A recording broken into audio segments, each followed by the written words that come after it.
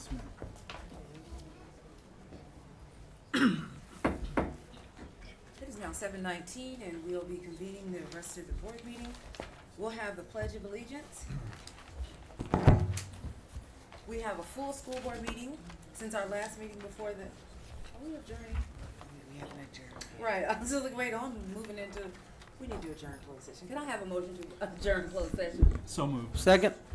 All in favor? Aye. Any opposed? Okay, unanimously. Thank you. Still 7:19. It's now 7:19 and we'll open session.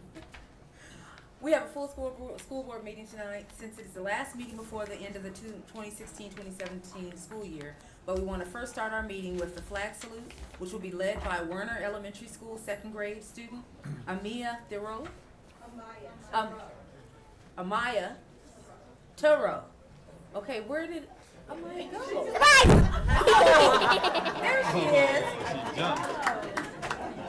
I'm right here. Now put your right hands over your heart, please. Ready, set, begin. I pledge allegiance to the flag of the United States of America and to the republic for which it stands, one nation, under God, indivisible, with liberty and justice for all. Now we can be seated. And now, the Werner Creative Minds Poetry Team, consisting of students from 4th and 5th grade, will recite a poem called Success. He said, girls, sing.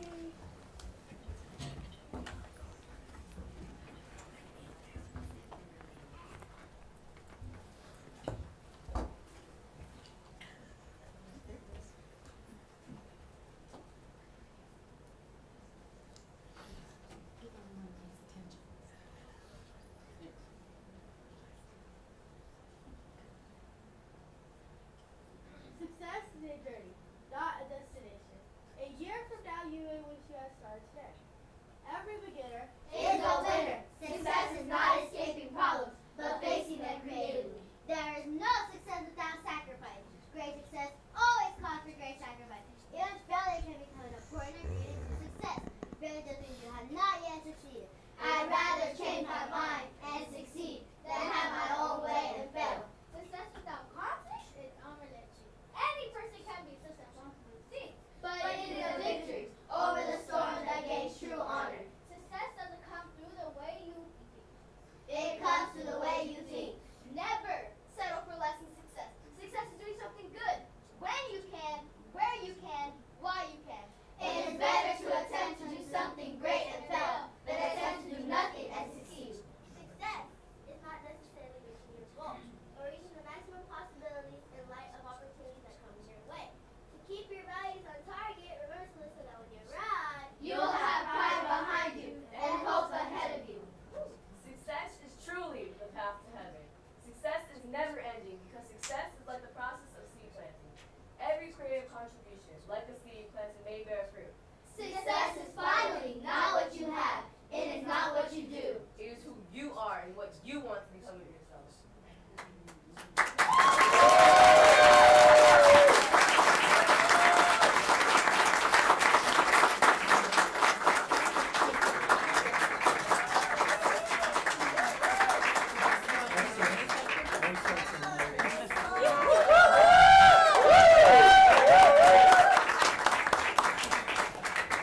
Thank you to our Werner students, our teachers, and for working with them.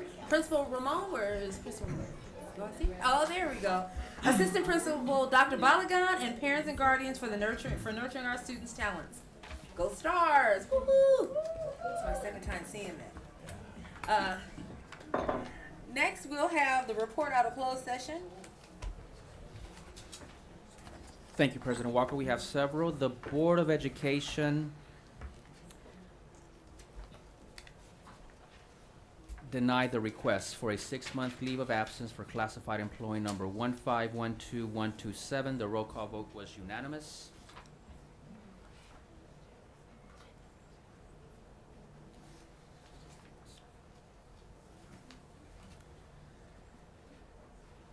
On the closed session agenda item, Board of Education took action to deny the information technology grievance number 001-1617 and provide all required notices.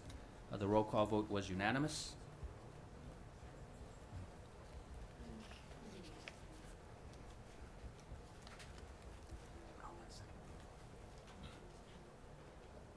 We're at a brief intermission. At this time, I'll just sing a little song. On the good.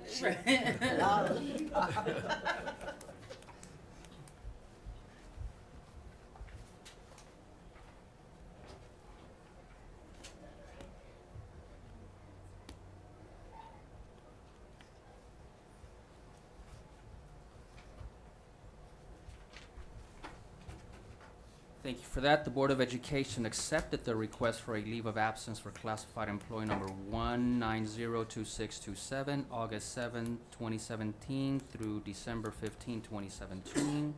The roll call vote was unanimous. The Board of Education took action to accept the arbitrator's recommendation for classified employee number 1443927. The roll call vote was unanimous. The Board of Education took action to accept the resignation agreement for certificated employee number 1375817. The roll call vote was unanimous. The Board of Education accepted the administrative appointment of Kani Corioso as elementary principal. The roll call vote was unanimous. And the Board of Education accepted the administrative appointment of Ebony Kemp as elementary principal. The roll call vote was unanimous. Thank you. Now we'll move to adoption of the agenda. May I have a motion to approve the agenda? I'll make the motion. Second. Second. Okay, and may I have a preferential vote? All in favor? First from our student board member. Aye. Okay. Rest of the board members, all in favor? Aye. Aye. Any opposed? Okay, unanimously, it passes. So we'll move now to our presentations, and that will be our student board member, Jawan Collier. Take it away, sir. First, we have Eisenhower Dorian Muhammad.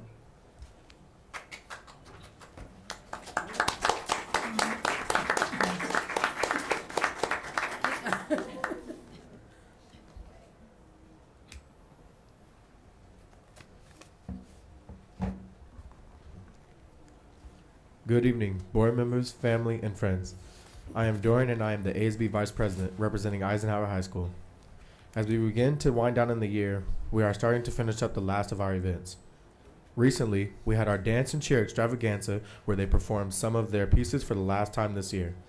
We had 900 people in attendance to this event and I can guarantee they were blown away. Some of our seniors on the dance team performed solo pieces as well as duets, and our cheer team did a great performance and showed us some Ike spirit.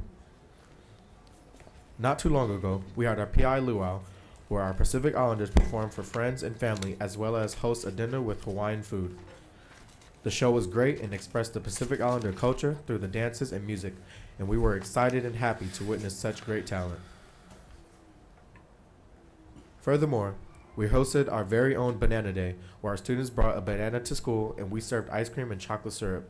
We had a big turnout and served 700 banana splits to the school, and we were thrilled with the outcome and hope to continue this tradition here at Ike.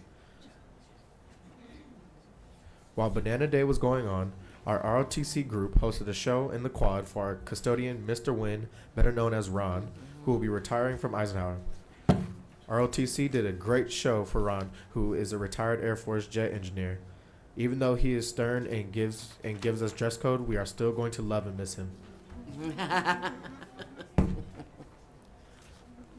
This past Saturday, we hosted our prom with 483 students in attendance, which makes up for our entire senior class.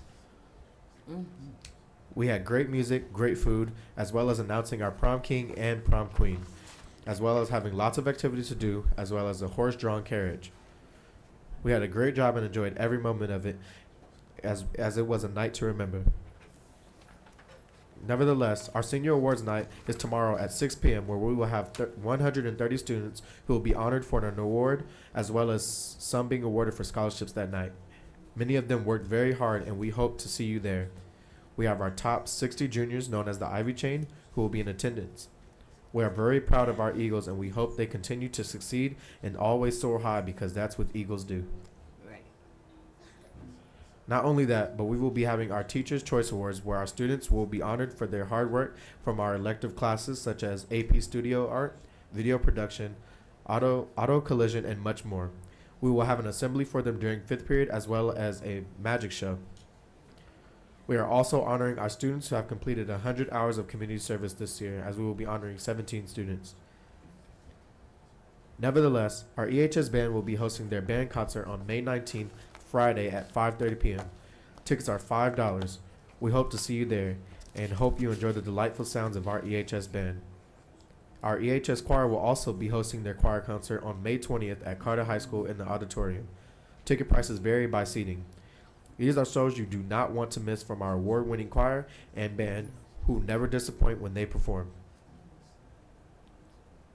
We are now on cruise control as we finish up our events, such as our Senior Awards Night, which is tomorrow at 6, our Senior Luncheon on May 25th, Senior Activities on May 26th, and our Grad Night on May 31st. We are coming to an end, and as graduation comes near, we are comfortable and excited for what our students and faculty have put into Ike. Eisenhower High School is becoming a well-rounded, diverse, and incredibly supportive community. Furthermore, as our time begins to run out this year, we are pleased with the development and improvement of our school, with our field being redone, new programs for students, and more AP classes, and more exciting and fun events for our school. With that being said, I believe that Eisenhower is on track for success and showing what Ike Pride is all about. Students are improving, and I just want to say thank you to the board members for allowing me to speak and allowing me to speak for the school. And I want to say thank you to everyone, and have a great night.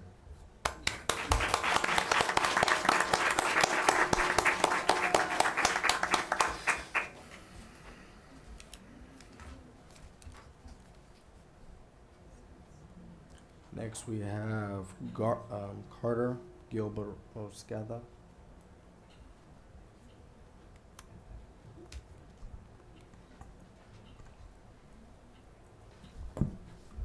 Welcome.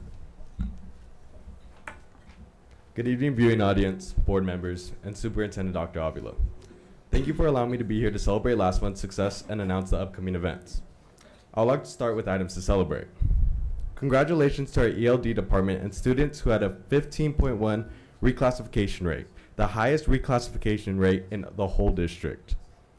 We want to congratulate our 56 AVID students who were accepted to 63 different institutions of higher learning. Great work, AVID team.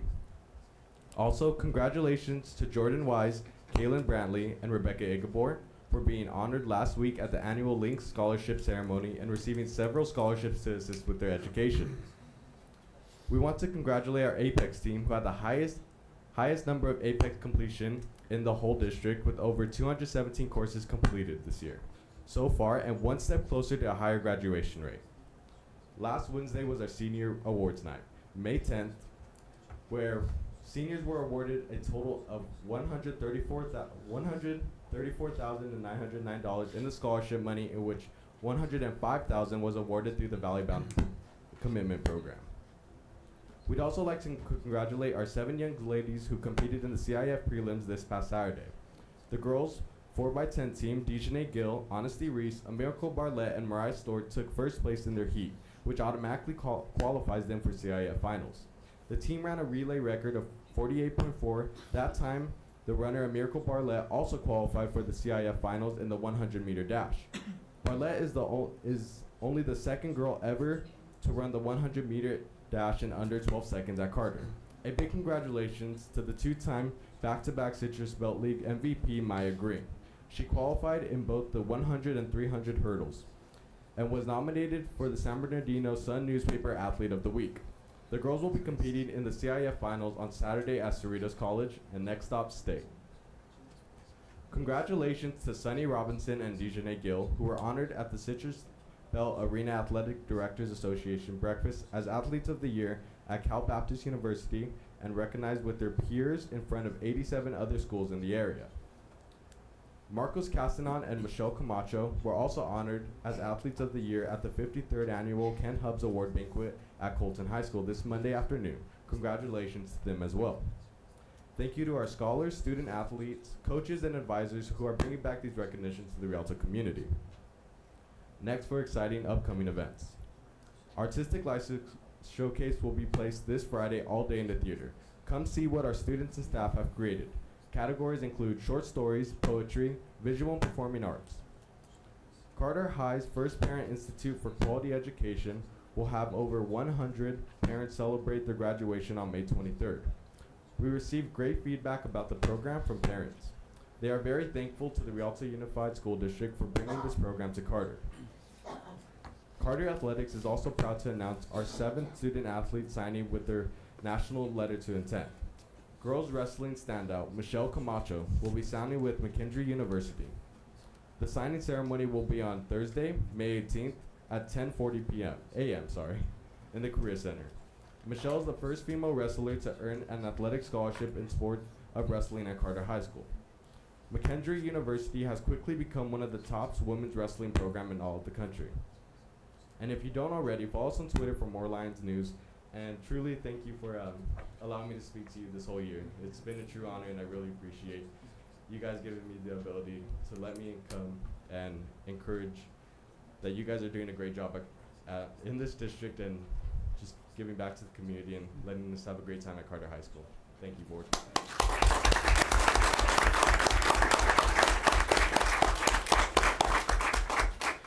Next from Rialto, we have Alexis Rodriguez.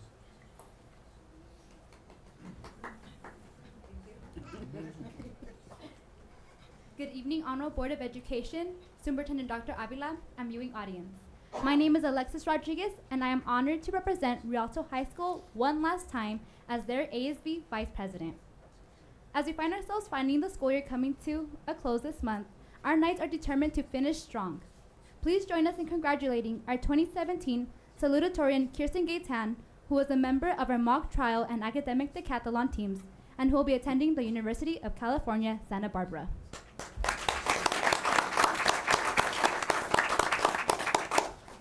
And our 2017 valedictorian, Ernesto Rojas, who is a member of MESA and academic decathlon and will be attending UC Berkeley.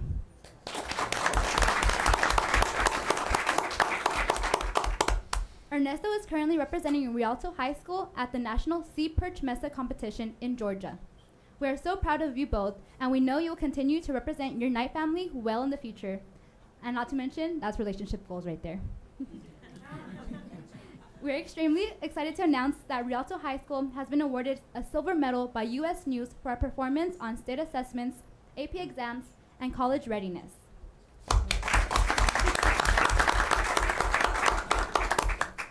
We are proud of our Knights and will continue to have high expectations. Each year, Arrowhead United Way sponsors a competition between all of the high schools in San Bernardino County for community service. This year, Rialto High School has won the prize for most community service hours. Our Knights completed well over 13,000 hours of community service for this school year.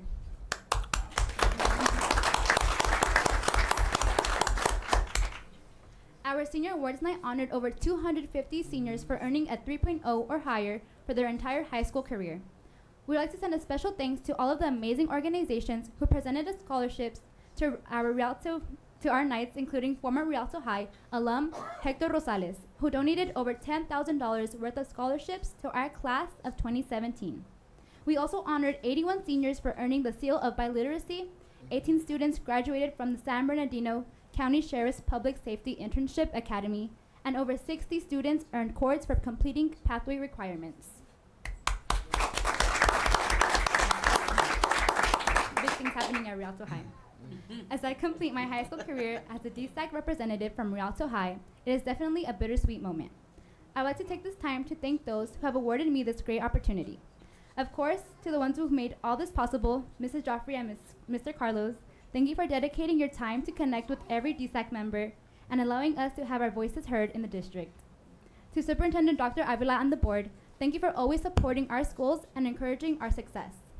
To the greatest principal and ASB director, Ms. Ayala and Mrs. Streff, thank you so much for the never-ending support and motivation. On behalf of the entire Rialto High student body, thank you for showing endless devotion for us Knights. Lastly, to my #1 fan, the one who keeps up with me and my crazy ambitions, the one who goes the extra mile to ensure my achievements and consoles my failures. Thank you, Mom, for never letting me feel alone and making sure that anything's possible.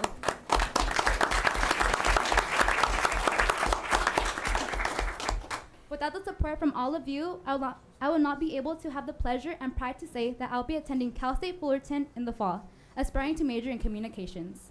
But who knows, maybe I'll make my way back to the district.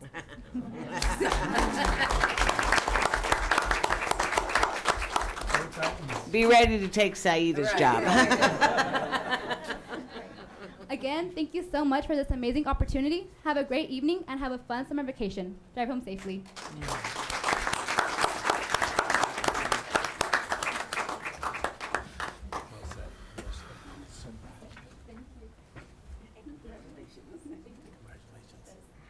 Congratulations. Lastly, if Myler is here, Keon Collins.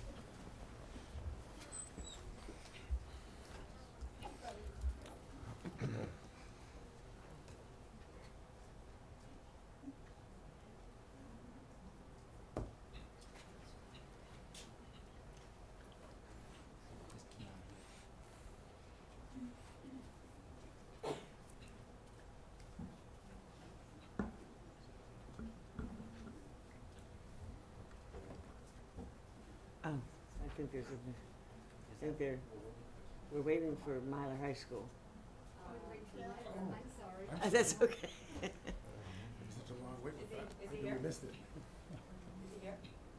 I doubt it. I don't see him. No, he is. His name's not. Okay. We're done. Is that it? Okay, well, thank you. And so next then we'll go, and did we find the other person? Oh, okay, excellent. So, okay, well, well, we're gonna move now to the recognition of our USD scholarship recipients. Right? Okay, I was just like, okay, they're standing there. Yes. Retired Teachers Association. Right, okay, No, the okay. scholarship. They're taking. I am taking them to the podium. Is that correct? Yeah, we apologize. You guys are number 3. Number 2 is next. Okay, Okay, Just- I'm just trying to figure out, like, Just I don't 1 know minute. who We they gotta are. follow the agenda. Just 1 minute. We apologize. No, no problem.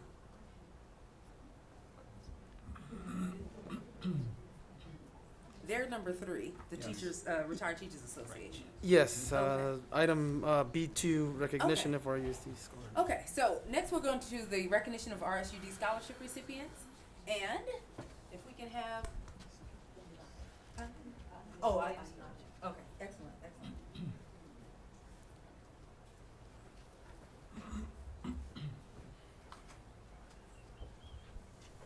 In recognition of the service and dedication rendered as student board member for 2016-17 school year, a scholarship for our very own Juwan Collier for school for $2,000. It's awarded to him.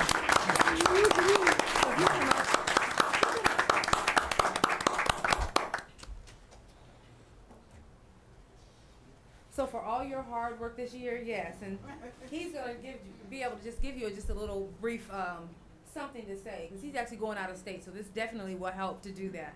But this is your scholarship, and look, the check is attached. Woo-hoo! You don't have to wait.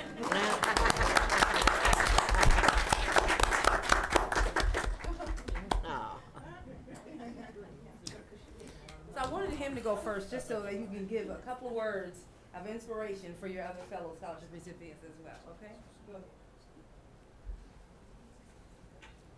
I was really planning on doing this later, but I'm very grateful not to only the people that have put me in the position that I am today, but God.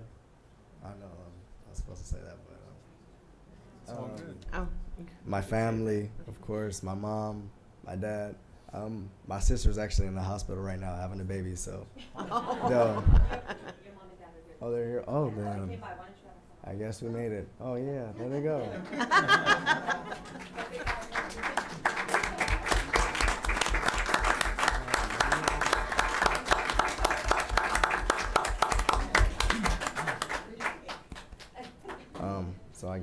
parents are here.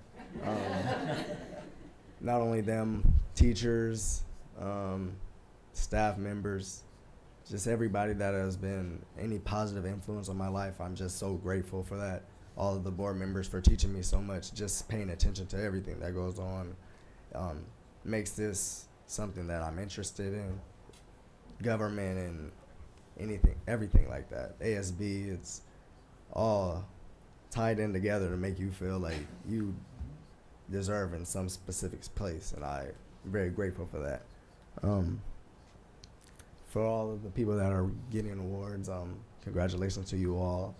You guys have all worked hard. I know it's been a long time coming, but it's finally over. We got we got 6 days. I think Carter's out, but next on Friday. But congratulations to everybody, and I hope you have a nice summer.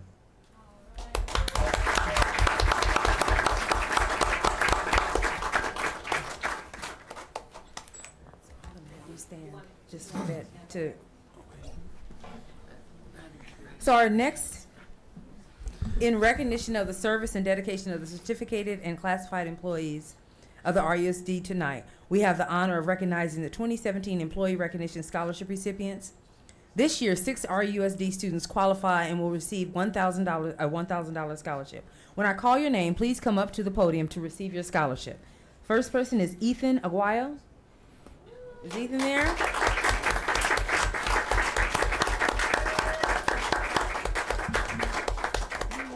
Congratulations, Ethan. Come on up.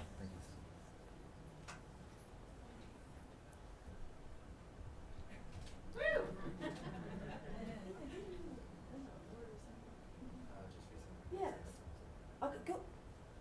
Yeah, just say something really quick. I'm like, I recognize him. He just won something, I know.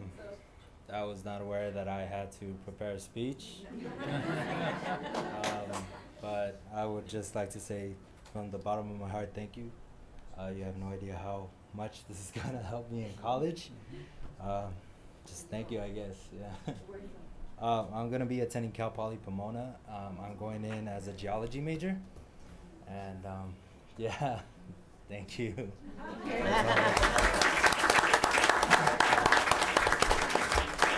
You go right over there next to Juwan. And the next student is Anthony Delgadillo. Anthony! So I'm going to put you over here and let's take a picture. And then you can just tell everybody where you're going to school and the whole thing. Okay. Right here, Anthony. Big smile. There you go. I want to thank the board members. I want to thank everyone here for being here for this moment in my life. It is a little overwhelming, you know, being showing that your hard work has been appreciated after all these years. You know, it's really something I really strive for, and it's a feeling I hope to continue to have.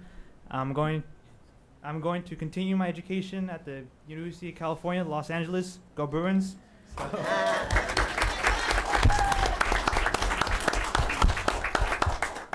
I will be majoring in teaching for mathematics and. Yay! Woo!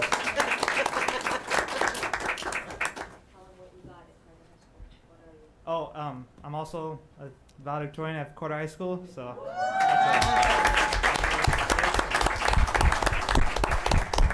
Really quick, I want to thank my parents, both my dad and my mom. My mom's been in the district for 4 years. She's currently now the lead nutrition service worker at Morris Elementary, so I want to thank you guys for that.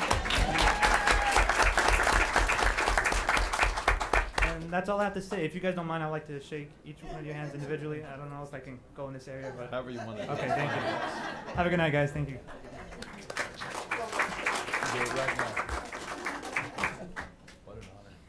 Our next student is Jesse Flores.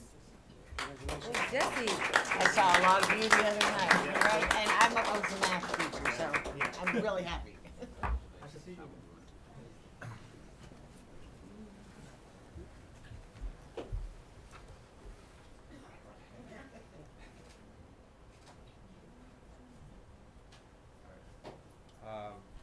First, I'd also like to thank the school board and everybody here for allowing me to be able to further pursue my education.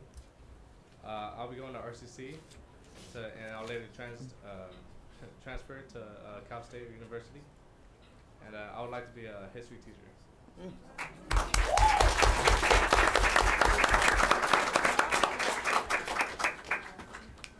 The next recipient is Congratulations. Trinity Flores. Congratulations.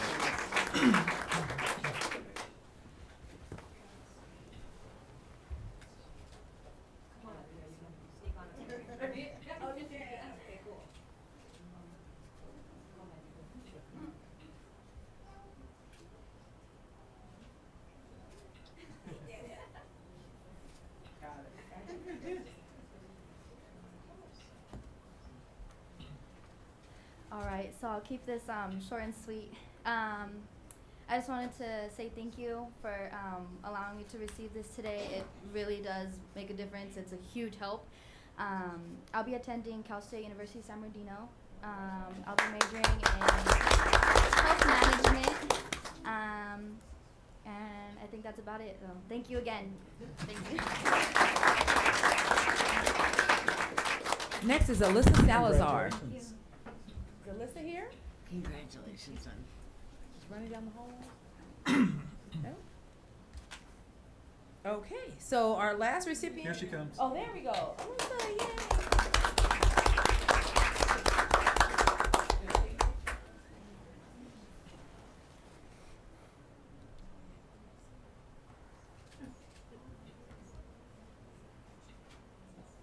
I just want to thank you to the board members.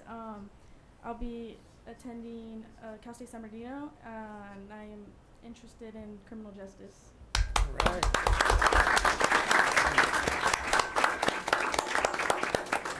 And our last student of the night is Luis Zuniga.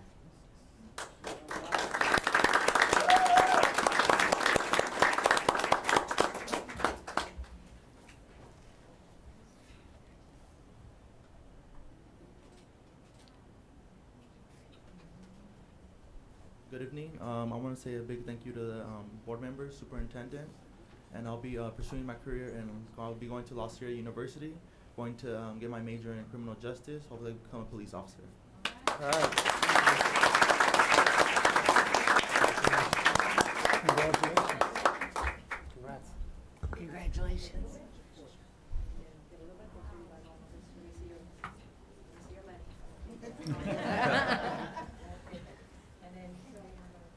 With the board? Yes, board members, can you come up? And I just wanted to say while the board is walking up, for these other scholarships, that they were the employee recognition scholarships. So this is money actually that the employees of the district have come up to make sure that you have an opportunity. So give them a hand again.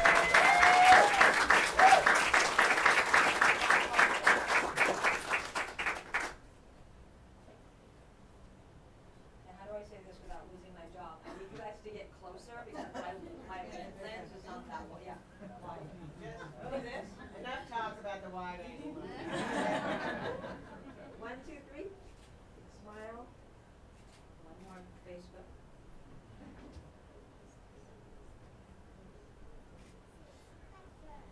Thank you. Good job. Good job.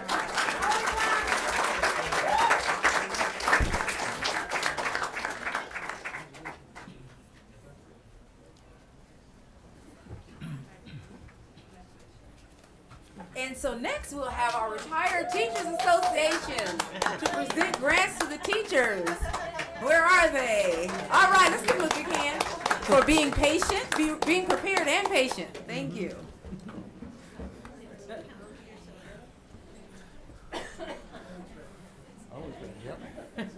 Good evening, Dr. Avila and Superintendent Dina Walker, other board members, and the audience.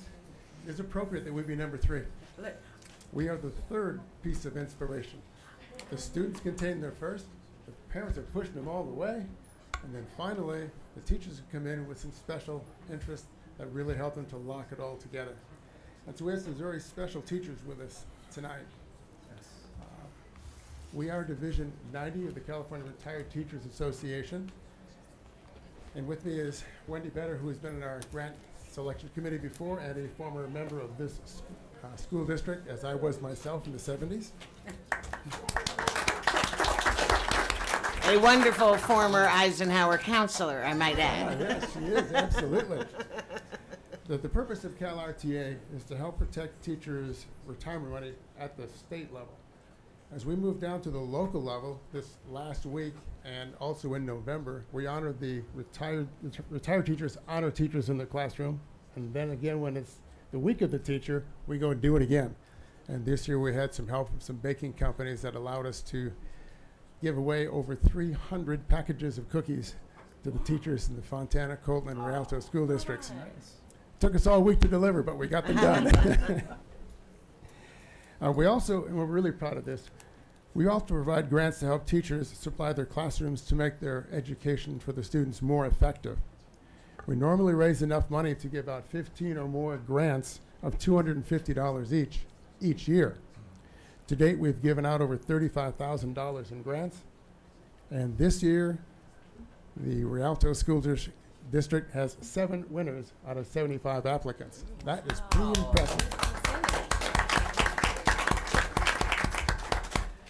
So in no particular order, I will announce them and a little bit about what they've won the award for. First is Ray Bryson from Cusera Middle School.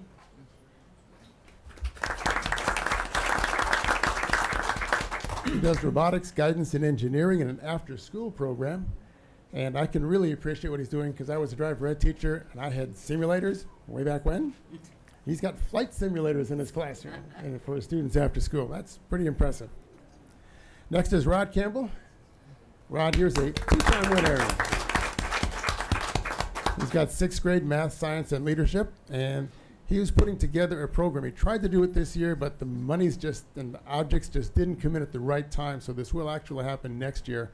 He's going to have a parent-student STEM Saturday event, and STEM stands for science, technology, engineering, and math. And so they're going to do a lot of things together, and one of the reasons we selected him was he also is wise enough to more than double the money by going to an organization called Donors Choose and say, we got this money, will you match it, and those kind of things. We love to see that. Very good. Next is Steve Popper, Casey Elementary.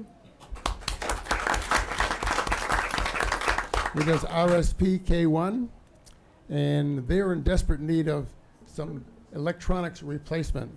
So they're buying portable CD players, headphones, and timers, and he told me they already bought them with the money we gave them last month, and it's already made a big difference. The students have more room on their desk. They can get their lessons started on time, get through things, and hear correctly. Next will be Michael Crossley from Kodiak Elementary. I don't think Michael is here. And Michael is catching up or staying current with the next generation science standards, and he has purchased what is called a K-Next engineering materials. He thinks hands-on is better than just reading about the projects. Hear to that. Next will be Daniel Dome, and he is also not here, from Kolb's 7th grade, World History. I have a heart for world history because my wife spent 7 years. No, I'm sorry, she not spent 7 years. She spent 35 years in 7th grade. Never did graduate. But she did things the same way that Daniel's intending to do things. She's purchasing items for interactive games called Surf Notes, not Surf Monks, Surf Notes, to learn the different levels of hierarchy in medieval history. And I remember going into my wife's classroom once a month and redecorating the entire place. We did the ceilings, the walls, the desks, everything you can think of. So I know what he's doing. It's good stuff. Really helps the kids. Next is Kathy Latham. Back here somewhere. There she is. She's has a 2nd and 3rd grade SDC class. She has hyperactive kids. Yeah, kids are hyperactive. And she needed some seating to control their movement, so she got all the special seating, yoga balls and things like that, where they can get rid of some of the energy but still focus up here. Very good thing. Yes. And she is one of my former counselees.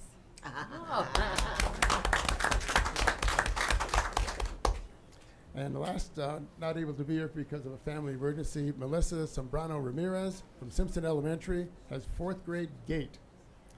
And she wanted to purchase some SNAP circuits for the GATE conference and to meet other state science standards. So she can put all those things together. So those are our grant recipients from the Rialto District for this year. Very nice.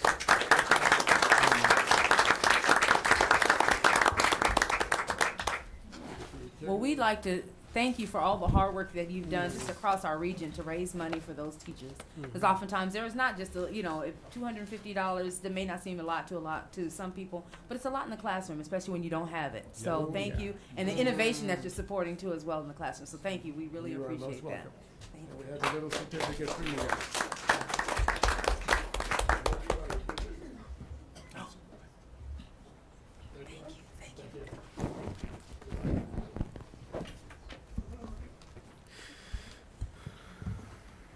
So next we'll have our REA, CSEA, and RSMA employees of the quarter.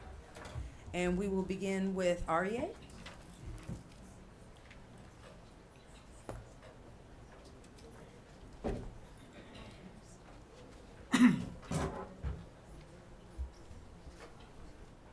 Good evening, community. Tonight, we are overjoyed to introduce our employee of the quarter from Rialto Education Association as Dr. Faith O. Mowu, an English language arts teacher at Myler High School. Are you here? Yes. Please. Please come and join me. Dr. Mowu was born in Nigeria and came to Columbus, Ohio, where she continued with her postgraduate education. Her undergraduate work was completed at the University of Benin, Nigeria, majoring in English and literature. Then she moved to Columbus, Ohio. From the Ohio State University, she earned a master's degree in African American and African Studies and a second degree in English education. Her PhD, also from Ohio State University, is in educational policy and leadership. In 1998, Dr. Mowu moved to Rialto to begin her 19-year illustrious career in the Rialto Unified School District. Personnel Director Dr. Joe Davis, we're going back a few years, recruited me from Ohio State. She recalled. You might want to read this. I interviewed with Ms. Peggy Wheeler, who was the principal of Myler High School. After my interview, I was supposed to go to another school site, but Dr. Davis told me that Ms. Wheeler said, "I want Faith at Myler." I will always be grateful to Ms. Wheeler for hiring me at Myler High School. Very good. Dr. Mowu, according to fellow Myler teacher Kimberly Mihalski, is known as conscientious and caring educator. Thank you. She has taught English grades 9 through 12 and now also teaches ERWC Exploratory Reading and Writing course. I'm honored. Most of my students have always said that they have learned much from me. And when you are also recognized by your colleagues, I have to think I'm doing something right. I teach the way I do because I know how far my students can go in this country compared to the vast majority of their peers in other parts of the world where we do not have the same opportunities. I see our students as young citizens of the city, the country, and our world. Through them and my nieces and nephews, I hope to leave this world an even better place than the glorious one into which I was born. Well said. Mrs. Lisa Lindberg, REA President, stated, "In addition to her duties as an educator, Faith has contributed to our monthly newsletter with her movie reviews for the past 7 years. She's a past site rep for Myler and was recently elected to attend the National Education Association Representative Assembly this summer in Boston." Very nice. Faith has attended numerous NEA, REA representing our members at the national level. She takes her position seriously and is dedicated to her students' well-being and her colleagues' professional voice. In her spare time, Dr. Mowu enjoys reading and traveling. She has been to UK, Spain, Canada, and of course Nigeria to visit family and friends. She also has traveled extensively in the United States. She also loves watching movies and listening to music, especially citing the late musician George Michael as one of her favorite artists, and Careless Whispers as one of the favorite songs. He was also very politically engaged and active. she said fondly. Dr. Mowu, you are truly deserving of this award, and on behalf of the Board of Education, we do congratulate you. And if you step over here.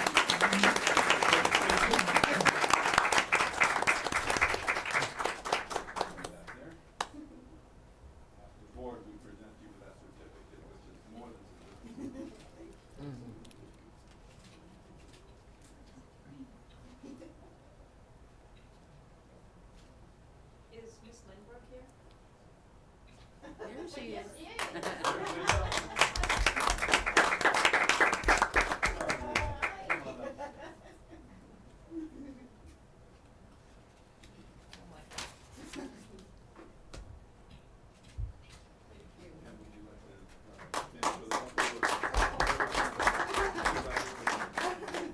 Okay, well, I kind of had a long, closer? Can you hear me now? Okay, well, first of all, I want to start by saying a big thank you to the Lord. Thank you, God, for everything. And my family, my brothers, sister-in-law, younger sister, everyone in my family, all my colleagues in the Rialto Unified School District, from administration to fellow teachers, staff members with whom I've come in contact all these years, my friends, Gloria, even though the Rose Bowl is in Pasadena, the Sunday that we spent there will always be precious to me. We had a wonderful, blessed day. It was glorious, just like your name. And for all of my late siblings, my parents, everyone who has been involved in my life in any way possible, thank you. It's because of you I am here today. And my wonderful administrator, the one who hired me. And I see Ms. Rhonda over there, the Kramer. Yes, yes. The first day I stepped foot onto this district, I met you. Thank you all for everything.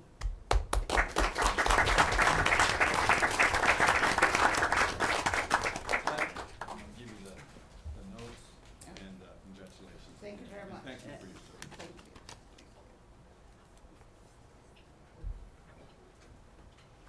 Our next employee of the quarter will be from CSEA. And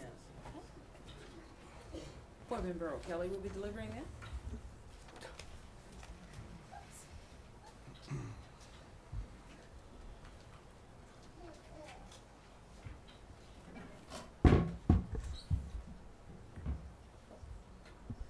Well, this is indeed a pleasure for me because I had the privilege of working with this next award recipient, Tina Brown. Come on down.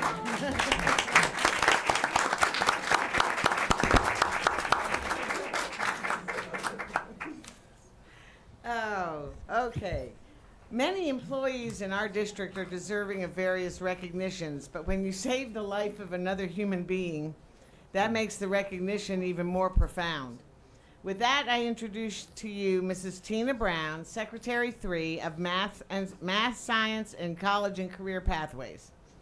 She was selected as Classified School Employees Association, CSEA's Employee of the Quarter. First of all, we'll give you a little background on Mrs. Brown. Mrs. Brown's work history began June 8, 2001, when she began as a Career Center technician at Eisenhower High School.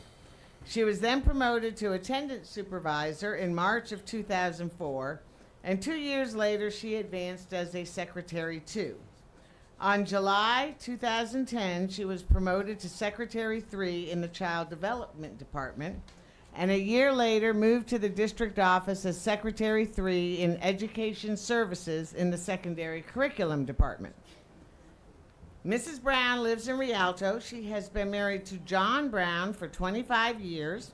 They have 3 grown children who are all graduates of, yes, let's hear it, Eisenhower High School.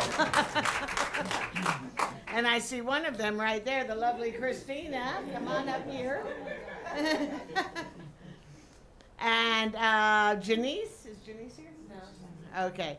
And their son, Ryan Lee, is 27, and he is finishing up his schooling at Arizona State. The Browns also have two granddaughters, Maya Tartier and Naomi Tartier. Oh. Well, I guess our meetings are real exciting. Well said. You can see them there. Mrs. Brown was selected as the CSEA Employee of the Quarter last week, and about 4 hours later, miraculously, she had saved the life of another colleague. Fellow Secretary 3, Sofia Gomez, was eating her food during lunch last week. I was actually eating a hamburger at my desk, and all of a sudden, I started choking, recalled Mrs. Gomez. I couldn't breathe. Obviously, I panicked, walked over to Tina, and she calmly said, "Are you choking?" I nodded, yes. She said, "Can I do the Heimlich maneuver?" I nodded, yes. And she immediately exercised the abdominal thrust to dislodge the food. The paramedics arrived, but we did not need them because Tina had saved my life.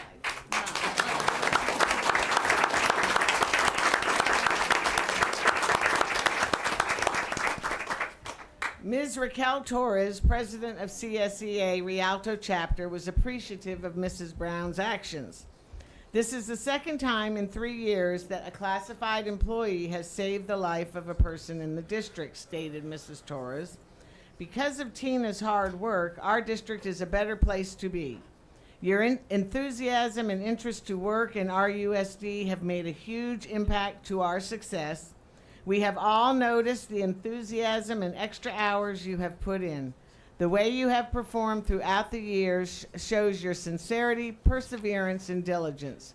We appreciate your high-level proficiency in handling the task assigned to you, your craving for perfection, your communication skills, and your modesty in relating with staff. You are deserving. And I can second that because I worked with her at Eisenhower for several years, and she is a top-notch person to have on your team. Mrs. Brown stated, "I would like to thank CSEA for the recognition and all the members who made this possible. There are so many more deserving and unsung heroes of our association that I am reminded of as I accept this honor. I do not take for granted all the support, experience, and guidance that I have received from administration, custodial, clerical, security, teachers, and of course counselors along the way. Finally, I would like to thank my, there he is. John, you should have come up here, come on. I would like to thank my amazing husband because I am a lot. My family that came out to support me, and a big thank you to Superintendent Dr. Avila and the Rialto Board of Education. And Mrs. Brown, we are the ones that are thankful for such positive, kind-hearted, and conscientious employees as you. Congratulations on your honor.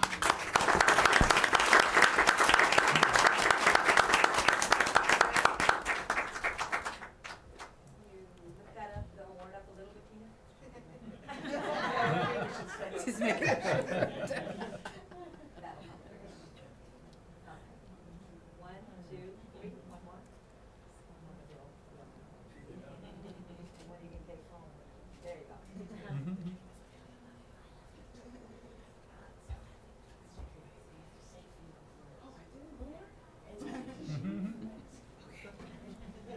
Again, I just want to thank everybody that voted, and again, I've already said everything I needed to say. There are so many people that came out tonight that I wasn't even aware that even knew, let alone cared. So thank you all for coming out. My mom is here. She drove out from Beaumont. She just had knee surgery, so I'm like, sit down, sit down, sit down. So mom, thank you. Mom is here. Oh, her knee. Thank you, Mom. I love you. Grandbaby sleep, so leave her alone. She's good. Thank you, everybody. I'm not going to take up a lot of time. I love you guys so much, and I appreciate this very much. And I'm going to hang it somewhere cool. And have a great night.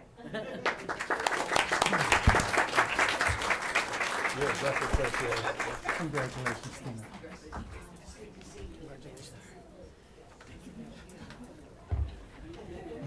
Yes. Our next award will be from RSMA.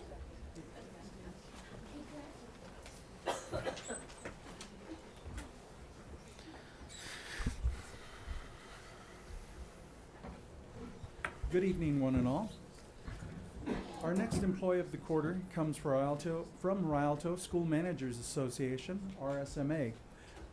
They selected Dr. Marina Madrid. Marina, are you here?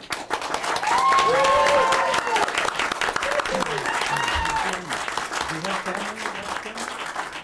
You have family, but there's quite a number of them. That's okay. Okay, come on. That means I have to step back a little bit. Yeah, this is a family event. While they're coming up, I will continue.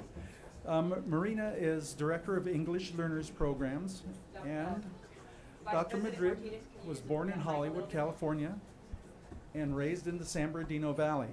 When she said being a Valley girl was all the rage. Can you do that in character? Valley girl. All right. Dr. Madrid lives in Tujunga, which is just about 5 miles from where she grew up. So she still considers herself as a Valley girl. Oh my God. Dr. Madrid graduated from Providence High School in Burbank in 1987. She attended Pomona College in Claremont and received her bachelor's degree in government and earned a master's degree from the Claremont Graduate School, majoring in education. In 2016, she completed her doctoral degree.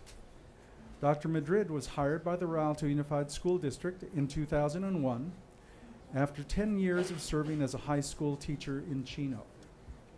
We're glad you're here. Her first position was at Rialto High School as a program specialist. After that position was eliminated, she worked in EL programs for 2 years as a coordinator. Would you like to read your own quotes? I knew I had to go back to a school site to gain more experience, so I worked at Jehu Middle School as a middle school administrator. Dr. Madrid was also an assistant principal at Frisbee Middle School and then was promoted as a principal at Boyd Elementary before coming back to EL programs as the director. Dr. Madrid has 3 children. Amanda, who is a graduate of Rialto High School. Diego, who is currently at Rialto High School. And Sevilla, who is going to be promoted from Jehu and will go to Rialto High School next year.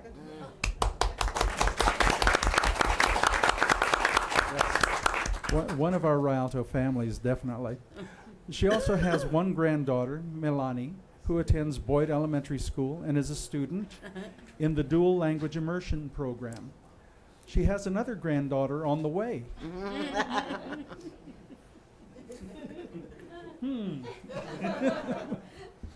Time permitting, Dr. Madrid said she loves to read, sew, and refinish vintage stuff. All kinds of stuff. All kinds of stuff. Mrs. Jasmine Valenzuela, lead academic agent of liberal arts, nominated Dr. Madrid for Employee of the Quarter. Dr. or Mrs. Valenzuela, are you here? Okay. She said, Marina works tirelessly to ensure that all schools are on par for our English learner students, which is a significant population in our district. She's completed numerous PSYOP trainings for all secondary schools and continues to be an advocate for students who many times have to work doubly hard to be successful in our school system. The number of high school graduates who have earned the seal of biliteracy has increased to over 150 students since Marina became the director. This is due to Marina's emphasis to schools on the benefits of our students receiving the seal of biliteracy for their college life and opportunities, college and life opportunities. Mrs. Connie Richardson, are you here? She's hiding out too. Okay. In the West Wing. Come on down. Okay. RSMA President Connie Richardson added, Dr. Madrid is always supportive and encouraging to all. She goes out of her way to make sure that schools have the knowledge, skills, and materials to support instruction for our English learners. She is a true professional and maintains a cheerful, positive attitude at all times and in all circumstances. Marina Madrid is truly deserving of this award. Dr. Madrid concluded, would you like to read it? I am very appreciative of receiving this honor. I want to say thank you to my colleagues. I feel blessed and honored to be counted as one of the many administrators, managers who do their job with passion and love what they do. I also want to thank my family, my parents for being a great example of working for what is right, my children for always supporting me in everything that I do, and Gerardo, my media naranja, who doesn't complain much when I call to say I'm working late. Yes, not much. Okay, Dr. Madrid, also known as Forever a Valley Girl by heart, we congratulate you in your third language that you embrace. What a totally awesome, gnarly honor for you. Oh my God, for sure, for sure. Why don't you read that in your Valley Girl? I left it in San Fernando. Okay. Not in San Francisco. Okay. Yeah. We know you deserve this. Thank you. Congratulations.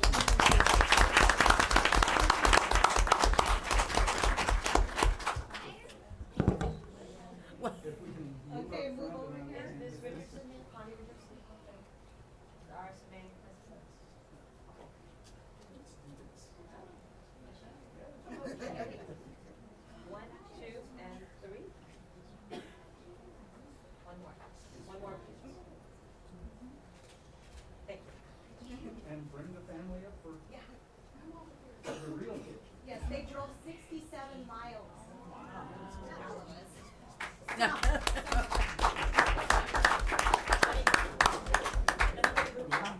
me get a real quick group shot.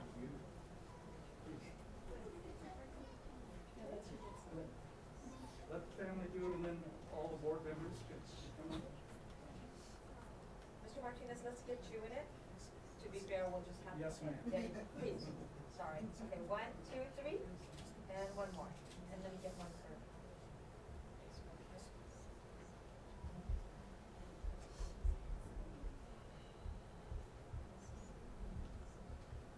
Perfect. Thank Did you. we get all the board members up? Well, we didn't do that for the No, others. we didn't. We didn't. But Ms. Madrid, did you want to have a comment? We did give people. Yes. You do get it. You can get. Just a really short one. Yes. Okay, thank you. I just wanted to say this is what happens 30 years later. It was very poignant for me to see all of the high school students up here because I graduated in 1987. So it just made me think back to my high school years and all of the support that I received from the teachers that worked with me and the administrators. And it made me feel very proud that I get to do this job every day. It also made me feel very happy that I have children and grandchildren in this district because I send them to the best. Thank you.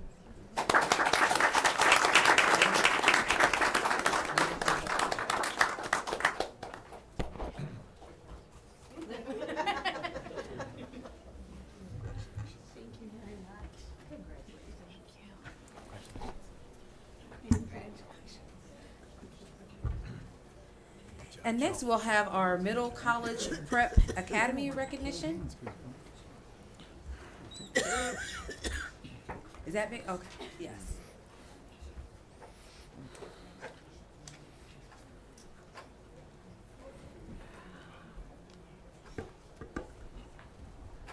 Good evening, members of the board and Dr. Avila, Superintendent. We're here tonight to continue the Good News celebration. I'm very proud to see what our high school seniors have accomplished, but I have a group of juniors we're going to recognize tonight who've been a member of our Middle College Prep Academy since their 9th grade year starting in spring of 2016. Wow. Since their 9th grade year, second semester, there have been 31 students who have persisted in the Middle College Prep Academy and have continued to take college courses. And right now, excuse me? And at this time, I have 2 students who are going to speak on behalf of the group. They were elected by their classmates to represent them. The rest of the students are out in the hallway because there are so many here tonight. There's 24 of them. But before I let them speak, I wanted to share some of their accomplishments with you.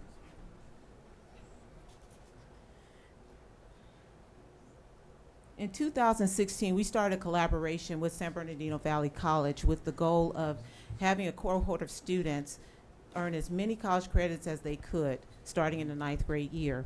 And these students were part of a recruitment. They had to apply to be a part of this academy. So they've continued to take that challenge very seriously. We started with 87 students, but right now we have 31 that just have continued to persist. And they originally started taking classes at each of the high schools, and their pass rates were around 72%, but by the time we got to this next year, this 2016, we put them together in a cohort, and then magical things started to happen. These students started demonstrating 100% pass rate in their college courses, and by the last 2 courses that they took, they actually earned all of them A's in their classes. 100%. Their college professors were so impressed with them, they started sending emails to the college and to me, and 3 of them are actually here tonight to help recognize these students. And they also, these students right now have completed, by the end of next week, they will complete 17 college units, which is the equivalent of 60 high school credits. So that's a great accomplishment. They take these classes after a full day of school. They go to college class at least 2 or 1 night a week. And they had class tonight, so they've been up late, but they're still working hard. And one other great statistic about them, 80% of them will be first-time college students in their families. And they all told me today they are going to college. That's so right. let's hear from the students so they can share the benefits of the program with you. I'm first going to introduce Ruben Mendoza and then Manny Medrano.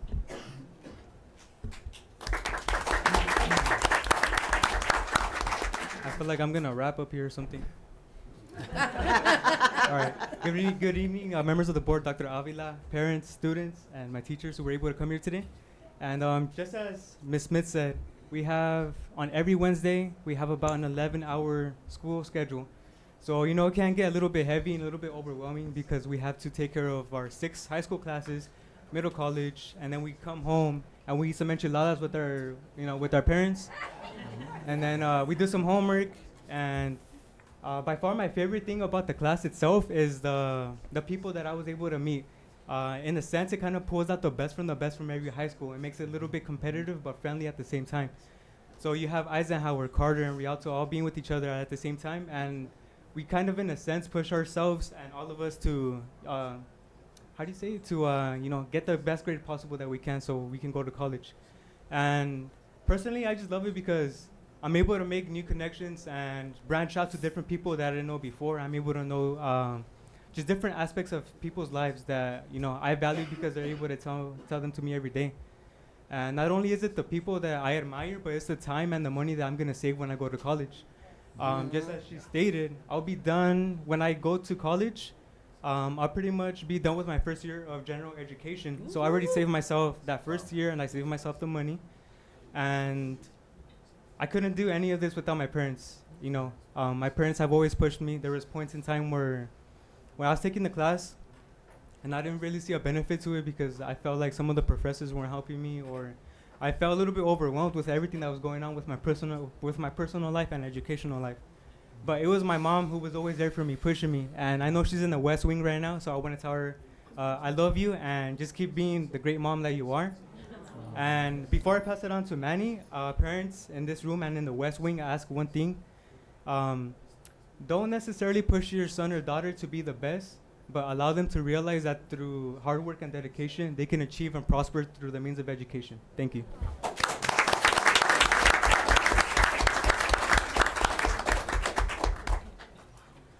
Good evening, parents, Board of Education. I'm sorry. My name is Manny Majano, and I have the great privilege of representing the Middle College Prep Academy.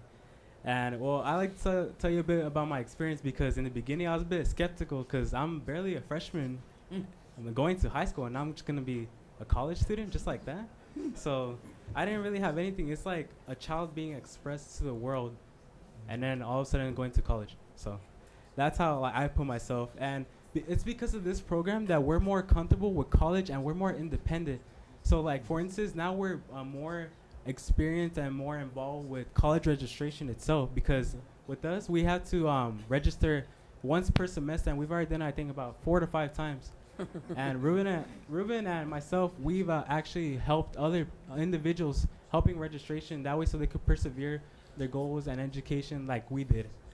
And it's because of this program that we have like a better learning experience because we have extended learning times where in our high school curriculum, we're limited to a specific amount of time, especially in our AP courses. And within our programs or in our middle college courses, we have like times for discussion and feedback. And it's actually great to get involved with the professors.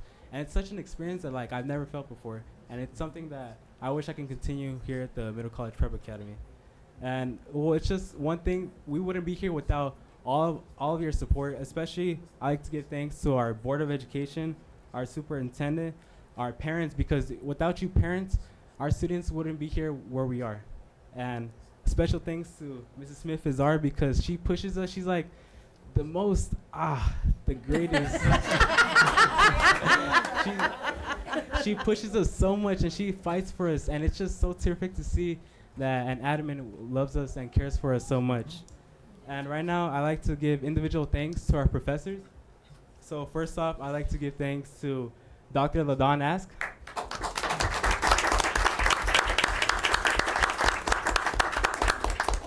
Next up, we have Professor Margaret Worsley.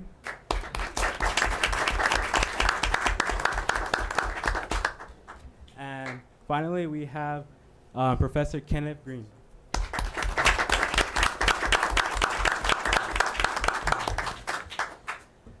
Once again, thank you for all your support. It's without you that we wouldn't be here where we stand. And I like to give special thanks to my mother and father as they push me so hard every single day. And it's without them, I wouldn't be where I am. Thank you.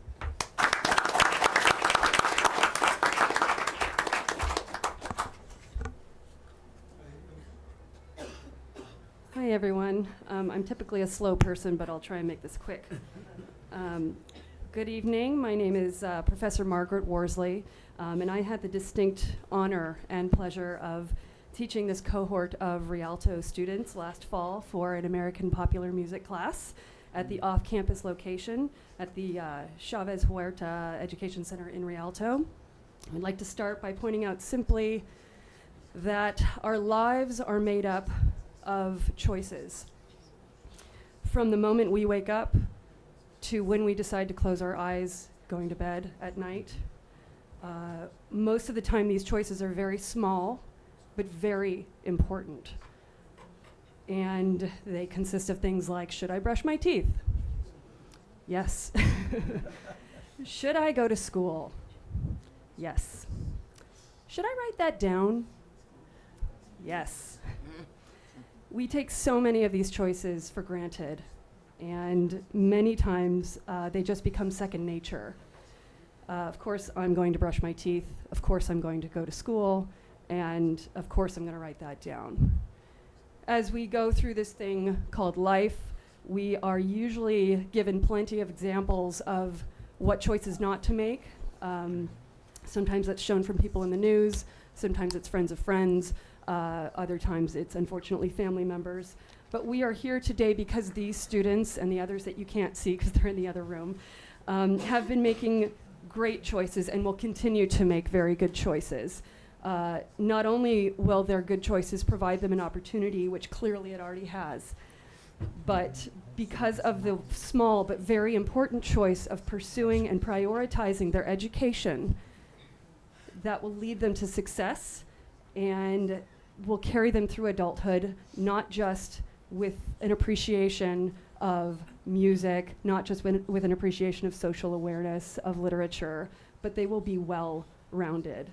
Not to get too cheesy, but they are going to care, and that will make this world better. We would be amiss if we didn't praise the woman behind the scenes who has been working tirelessly because she believes in the capabilities of these young people and instinctively recognizes their value. We all know that this world is sometimes all in the hands of a little piece of paper or a little signature or one fleeting date that can go by, which can close or open a door. And Ms. Smith here is the one who crosses the T's and dots the I's and makes sure that that little piece of paper is taken care of, that that signature is had. She gives the pep talks, she does the follow-ups, and she helps with the registration process.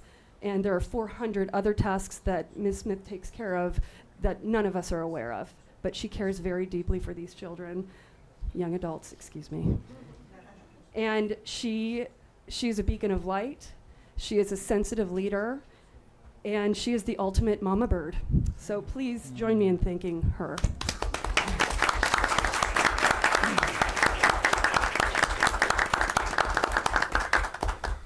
I told them not to do that. It's all about the students because I have to tell you, they inspire us down there at the Chavez Huerta Center. And I would be remiss if I didn't acknowledge two other mama birds who are right there with me, and that's my staff, Linda Silva, who's here tonight, and my clerk, Isara Zinuka. They step in and help make sure everything happens for these students. And just to, in closing, I want to also thank all the district support systems that work together to make this happen. Transportation, business services, educational services, the superintendent's office. It's a collective effort. But this is about the students, and I got a prompt from Mr. Martinez. He wants to see the rest of them that were able to come tonight. So let me bring them in.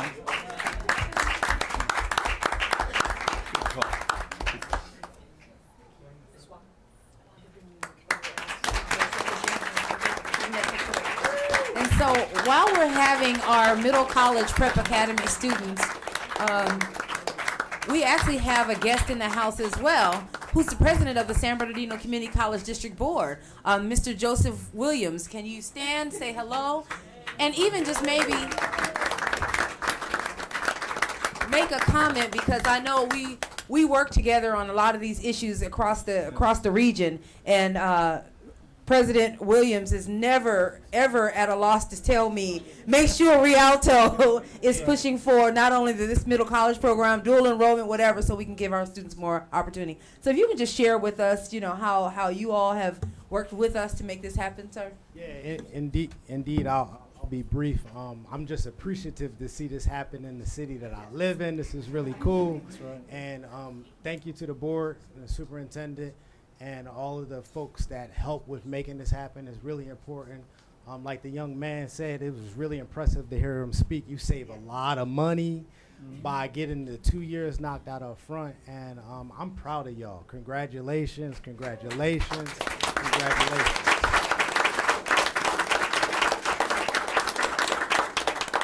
The angle that I'm at, you guys can stay there. I just need you to move up a little. Perfect. Mr. Montez is fine. Mrs. O'Kelly is fine. Mr. Ayala, you need to move up a little. And perfect. This Walker. Yeah. No, he moved. Oh, I was gonna say you gotta move. Okay. The students just stay. Yeah, stay. There you go. There I am. That's great. And Mr. Joseph, if you can get right there. Yeah, you're good there. A little bit more. Okay. I'm doing it at an angle where I can get all of you. Linda, get in the picture. 1, 2, 3. Who am I missing? Miss Silva. You guys are mama birds. Uh-huh. 1, 2, 3. I didn't forget you guys on this side. We can do this. And then I need one. Give this to San Bernardino Community College. And hang it up.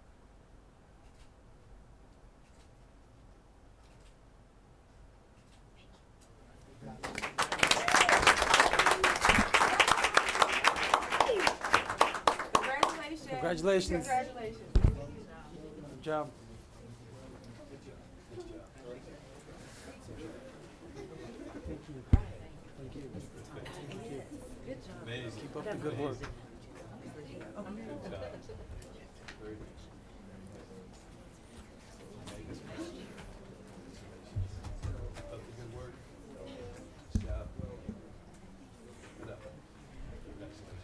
So next we'll be having our key to the district from Clerk Edgar Montez to Cheryl Decker.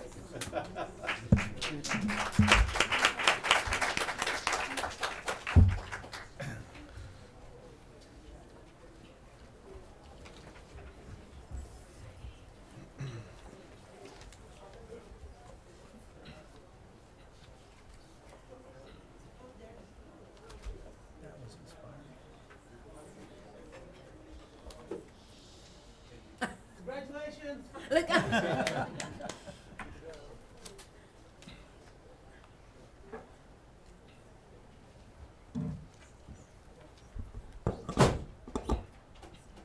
Thank you, Board President, Ms. Dina Walker. Good evening, everyone. Good evening. Buenas noches.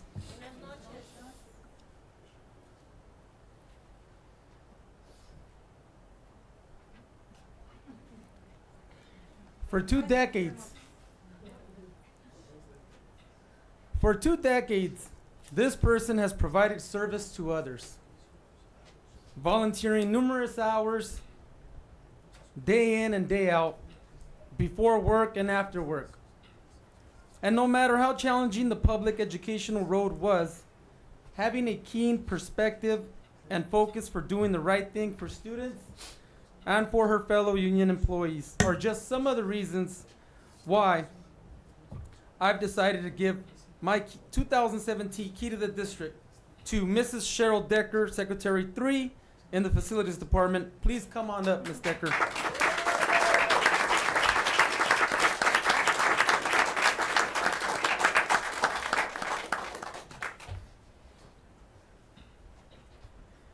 Ms. Decker is a lifelong Rialto advocate. She was born in Loma Linda, but raised in the city of Rialto. Although she lives in Highland, she says Rialto is always home. She graduated from Eisenhower High School. We're right. We're The biggest Eisenhower High School cheerleader's not here right now. Do I hear it? It's okay. Yeah. She graduated in Eisenhower High School in 1979, where classmates remember her fondly as the editor of the yearbook during her senior year. Mrs. Decker also attended San Bernardino Valley College and Cal State San Bernardino, majoring in English. In 1987, Mrs. Decker began working in the Rialto Unified School District as an instructional assistant in the Morgan Elementary Computer Lab. After 7 years, she transferred to work at the Internship Center at Rialto High School. Mrs. Decker worked up the rank from a clerk typist at Eisenhower High School. Somebody's missing a lot of Eisenhower High Schools. Here we go. You got about 4 woohoos to go. Yeah. In the counseling office, to a Secretary 3 in the curriculum office at the KEC. After 6 years, she was transferred to the testing and accountability office in 2005. After 9 years, she was then transferred to career technical education, and Mrs. Decker is currently serving at the facilities office. In 2000, Mrs. Decker began actively engage in volunteering with the Classified School Employees Association, CSEA. Now I'm going to do something other board members do. They let other people read parts of the script, so I'm going to take a crack at it and go ahead and let Ms. Decker read her part. She said, I became a site rep in 2000 and then became CSEA secretary for the Rialto chapter within a couple of months. I've served 22 years as a CSEA member. still active with CSEA, Mrs. Decker has held the position of secretary, the chapter public relations officer for 3 years, first vice in 2010, and president from 2013 to 2015. Mrs. Decker lists her 3 major accomplishments as a CSEA leader, representing those who feel mistreated by supervisors, protecting and enhancing the contract package for classified staff, and most of all, being honored to be a chosen leader for the best union in California.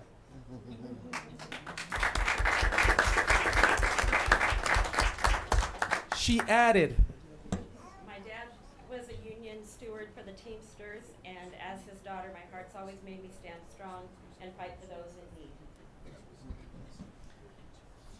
Mrs. Decker is married to husband Ken Decker.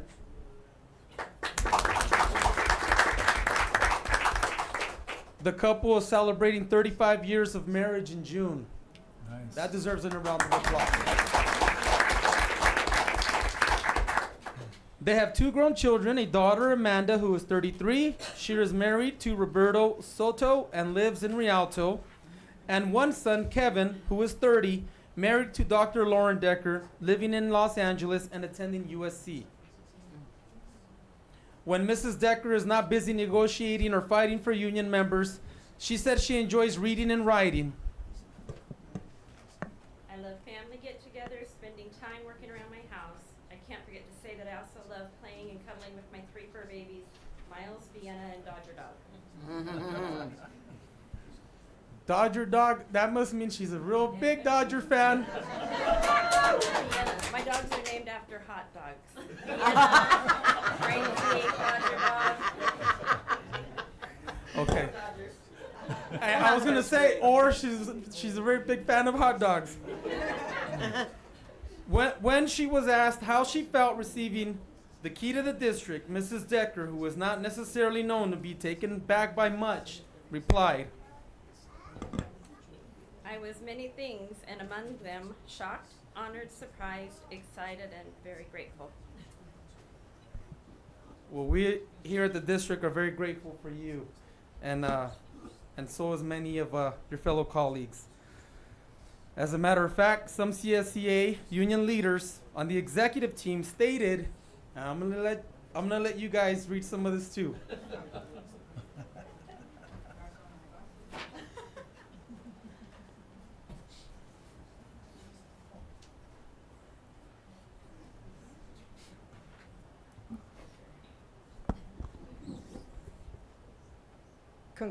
Congratulate you, Ms. Decker, on earning the key to the district for your relentless and selfless service to Rialto Unified School District. On behalf of hundreds of classified and CSEA members at the very outset, the entire district knows that Cheryl is a selfless, classified worker and a great reformer. RUSD has witnessed how you elbowed your way through all hardships and worked for the students, the parents, and the community. You really have been the beacon of light for all those who want to follow your footsteps. Your dedication to our CSEA Chapter 203 is an example of your commitment. Our chapter has set new standards in the field of integration, and this has been possible only because of your able guidance. Cheryl has proved that if people want to bring about change, they can do so. Many classified employees from CSEA Chapter 203 of the later generations have been listening to you, observing your methods, and learning a lot. You have been the ideal model to follow.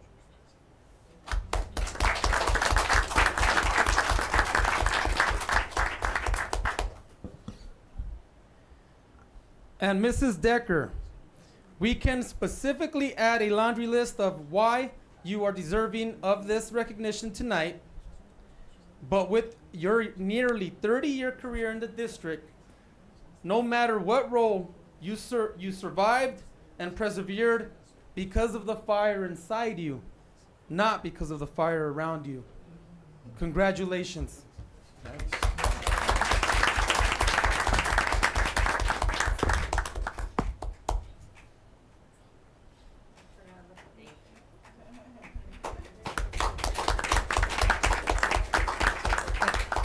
And with that said, would you like to call up your family members here today? Okay, come on up. Let me get one quick picture. Okay. Oh, that's nice. Hold on. Thank you. Please. And also, before I turn it over to you for a few words, would you like to call up any of your fellow colleagues? Anyone that would like to come up with Cheryl, please come on up.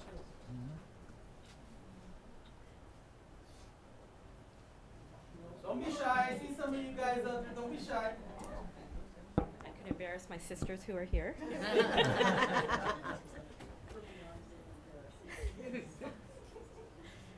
I am so grateful for this. I'm so honored by this.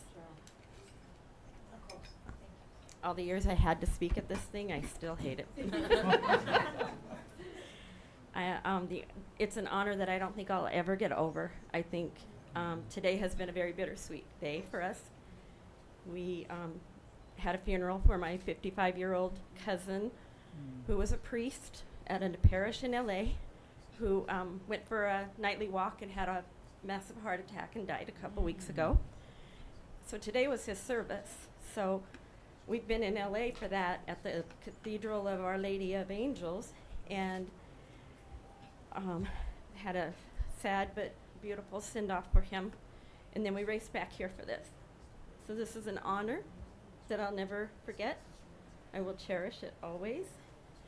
It's been my happiness and joy working in Rialto, to have grown up here, gone to school here, and then been employed here it has always made me happy.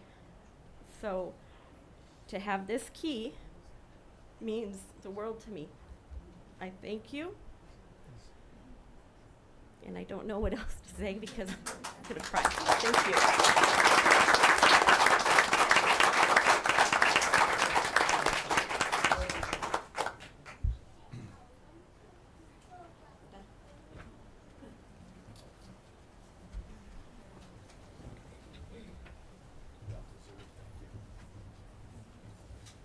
Thanks for all you do, Cheryl.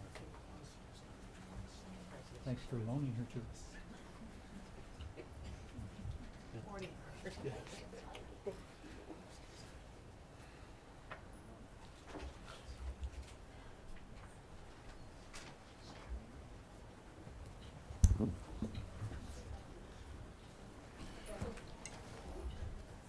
And next we'll go on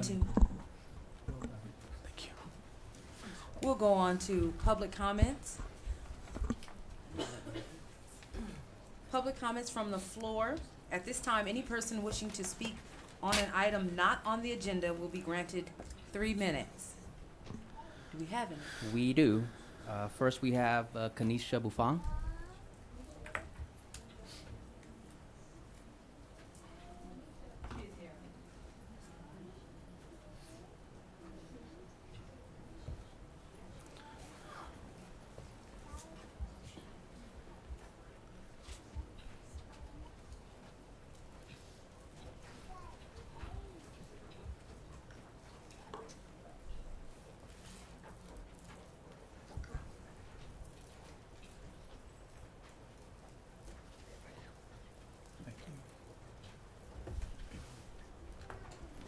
Okay, good evening.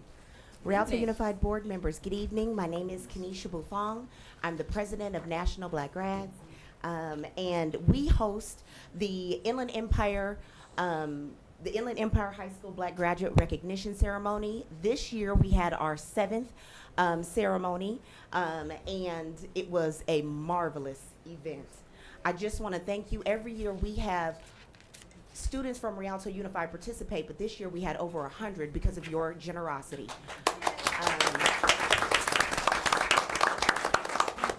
This event is a platform for our community to make sure that we honor and celebrate the achievements of our youth, and we like to push them to go higher and further in their education and pursue educational opportunities. And it's extremely important in the African American community that we do this because it is a counter narrative to what they always hear, the negative things that they always hear, and is embedded in their minds sometime. And so we like to have this so that we can lift them up. This year, our dynamic keynote speaker was Rialto Unified's very own Akalana Osuandwike. We call him Mr. O. He shared valuable keys of wisdom with the students. The feedback from the students, the families, the community members, even the educators that showed up on that day has been overwhelmingly positive. And so we're just so grateful for that. This year we gave away 7 scholarships to Rialto Unified students specifically, including your very own Mr. Jawan Collier. You had another one today, Dorian Hunter, that was your first speaker today. And so these outstanding students, we just are so grateful to see them coming from Rialto Unified. And also, we are conducting workshops at the high schools right now. And we are running into several students that we're trying to help. That we are trying to help secure additional funding as well as pursue other post-secondary options. Next year, we look forward to working with you. We would like to have a continued relationship with you. And so we want to be able to expand and provide more resources that talk about concurrent enrollment at Valley College. Let's get a partnership going.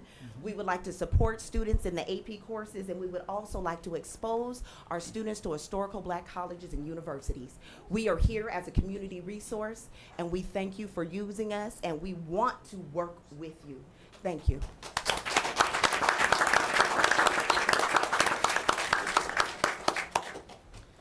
Next, we have Tabrisha Lawrence McIntyre.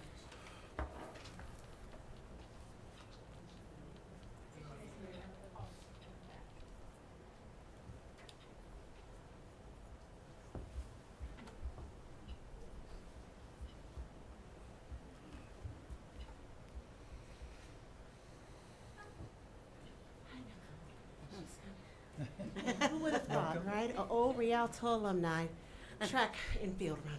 I apologize, everyone. Good afternoon, good evening, board, Dr. Avila, and viewers and community members of Rialto. I am Tabrisha Lawrence McIntyre, obviously a proud alumni of Frisbee Middle School and Rialto High School, and I am also a proud employee of the Rialto Unified School District. So what I wanted to come and share with you this evening, especially our viewers, is we have a summer school opportunity coming up. It's fabulous. We have that 12 days for 6th, 7th, and 8th grade students at Frisbee Middle School. So if you're a parent and you have not received your application or registration from your child, please stop by our student support office and pick that up. I also wanted to let our parents know that oh,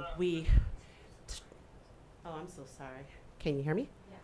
Fabulous. Want to thank our parents who came out this morning for a parent meeting that we hosted in reference to, there's been a change in our elective programs for next year for the intervention component for ELA and mathematics. So we wanted to thank all the parents who came out this morning to hear about the change in that. With that being said, we also wanted to let you know that, I'm sorry, there's one other thing here. So in reference to PTO, we wanted to thank you for your involvement with PTO. We wanted to, again, encourage you to continue to support PTO. Even if your students have moved on to Eisenhower or Rialto High School, they still can use your support because you're still part of our community, and we just wanted to thank you for all that you've done. Have a good evening.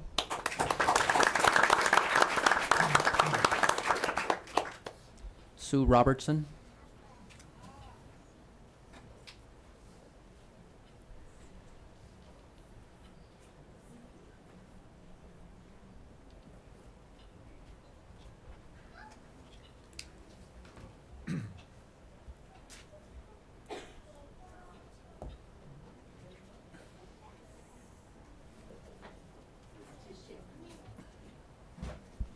Dr. Avila, board members, and general audience.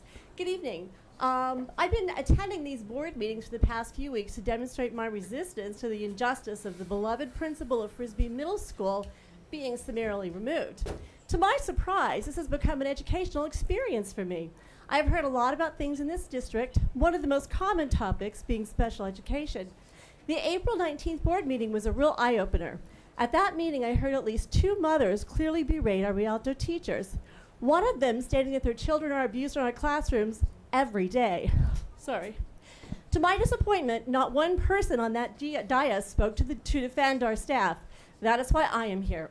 I have worked in health services in this district for 21 years. I am in and out of special education classes on a daily basis. I have worked with students at all levels and in every special ed program. What I witness every day is a special ed staff that gives their heart and soul to these students, and students who make amazing progress over the years to reach their potential. Of course, any group will have a few problems, and in this arena, those are serious and absolutely should be dealt with swiftly and effectively. No abuse of students or staff should be tolerated in our schools. In all this talk about special ed, I did not hear about the SDC teacher who for many years kept a closet full of new shoes in her room and freely gave them to any child who needed them. Or the MH aide who knit caps for each of the students in her class last Christmas in the shape of each student's favorite cartoon character. Or the thousands of other incredible acts that take place in those classes every day. The FICMAT inspection that was done in 2014 expressly stated that the special ed expenditures in this district were encroaching on the general fund and needed to be curtailed. However, this district has continued to increase spending on the 11% of students in this district who qualify for special ed services.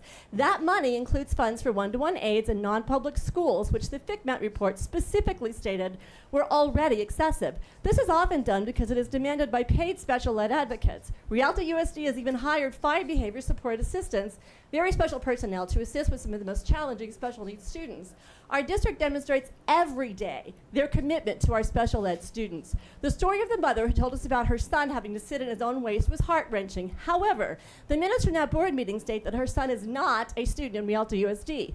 He is a student in the San Bernardino County School District. That child does deserve a fair shake, and I, too, care about the situation.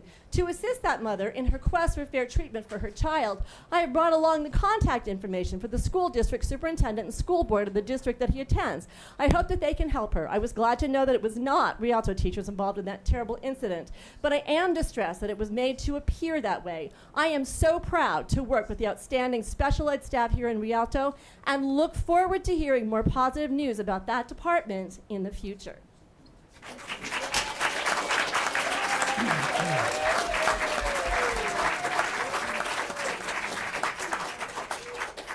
Lakeisha Lowe.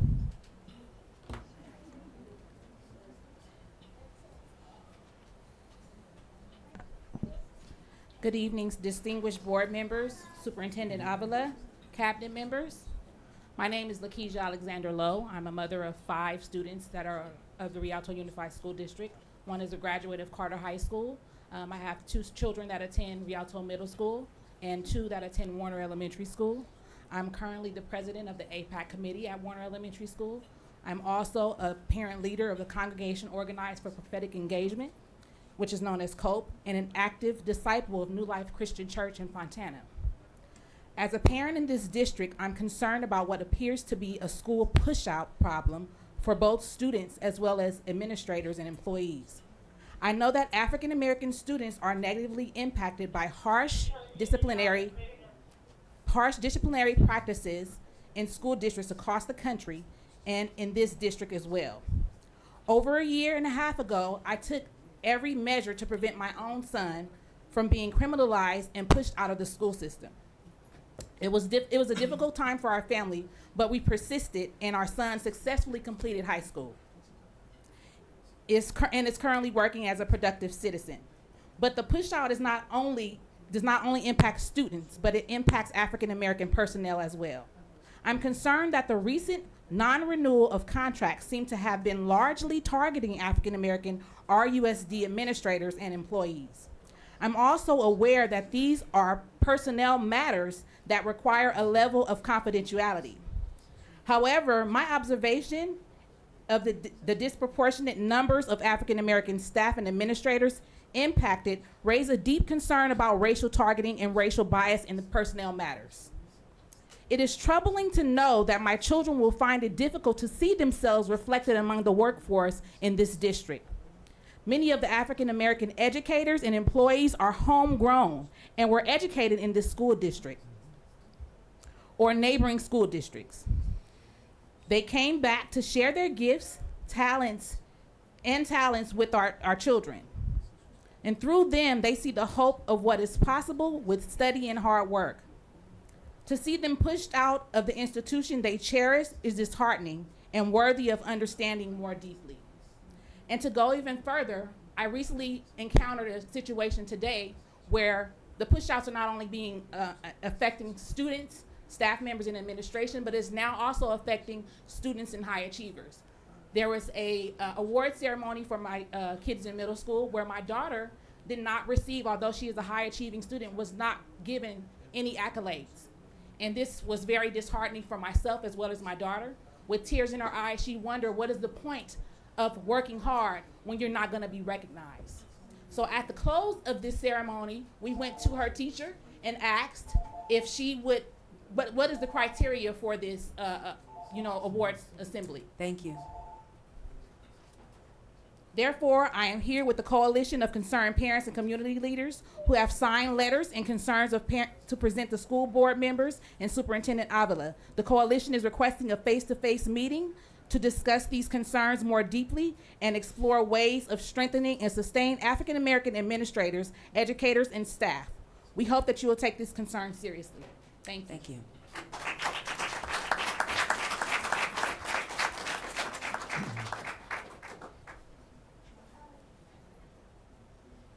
Pastor Samuel, it's hard to read the last name. Casey.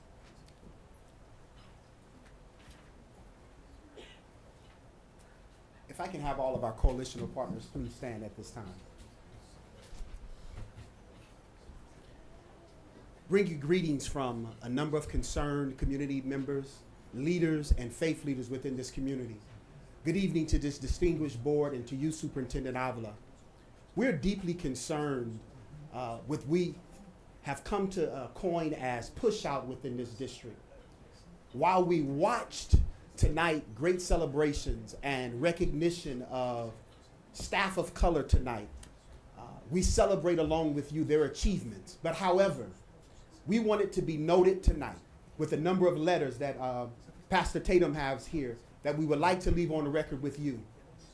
We want to put you on notice that we're watching and we're deeply concerned and request a face-to-face meeting with you, Superintendent Avila, to talk about several things. One, how can we prepare, retain, and sustain African American administrators, personnel within this district to ensure that the 11% population of African American students within this district see themselves represented in leadership, in education, and being successfully modeled before them so that they can continue to see the trajectory of achievement. Secondly, we want to work with you and partner with you, Superintendent Avila, and this board and this district to ensure that there are training programs in place and professional development programs that are in place that would not only sustain but also raise up new African American leadership within this district to ensure that the celebrations that you saw tonight of staff will continue. But that will not continue if students, and more importantly, African American personnel and employees administratively are pushed out of this district and made to work in an environment that is hostile to them being successful, thereby not allowing students to be successful. Thank you for your time tonight.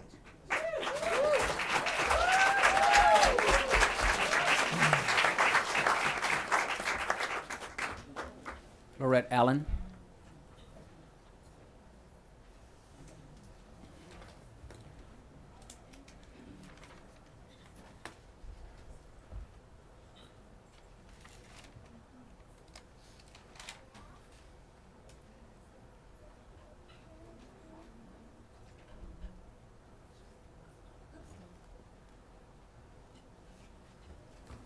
South 40.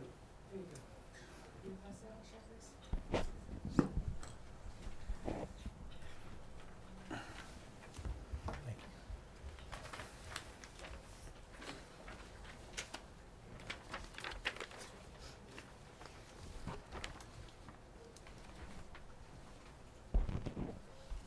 Good evening. I was taught by my principal that if you bring up a complaint or talk about problems, you should also provide solutions to the problems. And that's exactly what we've been doing since we began in April. We have had a serious problem within our district in regards to how work orders are handled. Weeks ago, a potential policy for processing work orders was created to help resolve this problem. This proposed policy was submitted to our superintendent, Dr. Avila, for the first time on April 12th. I am flabbergasted and disappointed that we have not heard anything in regards to the proposed policy. What is the district waiting for? It is disheartening to believe that the RUSD school board and superintendent are ignoring our issues. We have talked about this at every board meeting for the last 2 months and have talked to 3 of you one-on-one. Do you hear us? Do you care? We are providing solutions, not just complaining. We want to make RUSD a better district, a more efficient and safe district. Do you? Do you think Frisbee's the only school with maintenance issues? Just now, an article was released explaining how Carter High School did not get their sewage leaks fixed in a timely manner. This is not a Frisbee problem. This is a Rialto Unified School District problem. For the last couple of weeks, my toxic classroom, B9, has been used to work with students. It has been deemed safe. If so, why has there been no communication from the district to myself regarding this matter? Your own clinic still hasn't even allowed me to return to this classroom. And if it's not been deemed safe, then why are students in a classroom we had established was extremely unhealthy?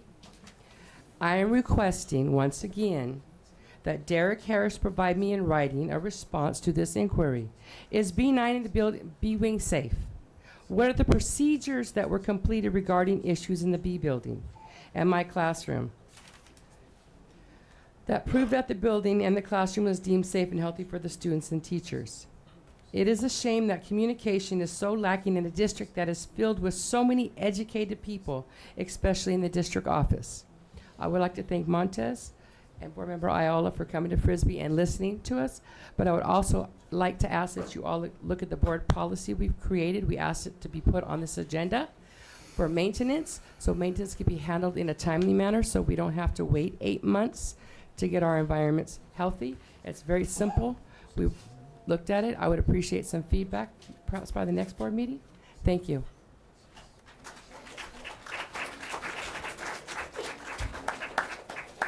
Laura Goodlow.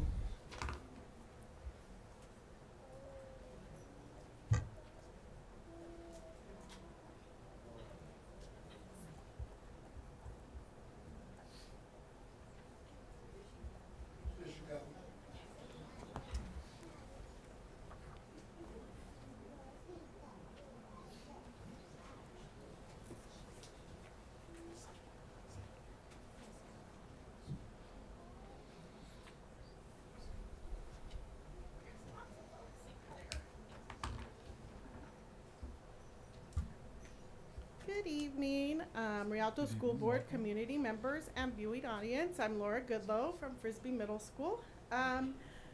First, I would like to send a special thank you to Mr. Montez and Mr. Ayala for coming and speaking with the staff and parents of Frisbee Middle School last Wednesday. It was nice to finally have dialogue with you both and hear your point of view on some of our issues. Secondly, thank you to those who were able to attend our tree planting beautification ceremony. This is definitely something that our students and community will forever treasure. Also, lots of thank yous. Thank you for sending maintenance out and fixing our gas leaks. We are all breathing much better. Thank you also for adding our 2 new permanent security guards which start soon, and for adding a 3rd officer which will start at the beginning of next year. Having permanent officers makes a huge difference on our school campus. When students have trust in the staff members, they are more comfortable and feel safer at school. Thank you also for allowing us to have outside counseling services for our students, including Clay Counseling Solutions and students from Cal State San Bernardino. This type of service is detrimental to our students' mental health and will leave a lasting impression on our community. I didn't think I'd be this nervous. It's like my 4th time or whatever. I also wanted to share with you some more of the great things that are happening at Frisbee. One of the programs we have is our Classroom to Career program, and it's sponsored by the Girl Scouts of San Gorgonio. They partnered with community organizations in the fields of medical, government, engineering, retail, education, and transportation logistics to offer girls a behind-the-scenes look at the day-to-day operations with local businesses. The girls are exposed to a variety of career paths available to them and the educational requirements expected of each. Participants experience a behind-the-scenes tour and hands-on activities. Okay, our students did great at STEM Bowl. They were really cool. Valerie Fregosa, Maria Riveras, Eric Marquez, Liz Alvarez, and Jennifer Rubio. AVID program. Our AVID program is great. Sarah and Kolb staff came, and Monica Cortez is our great AVID coordinator at Frisbee. She does amazing stuff. 40 seconds. Oh, we want to invite you to our end of the year slideshow that is going to be on Monday at 9 o'clock. And we wanted to give a special shout out to Inland Empire Children's Book Project, who donated over 400 books to Frisbee teachers to distribute to their students. Awesome.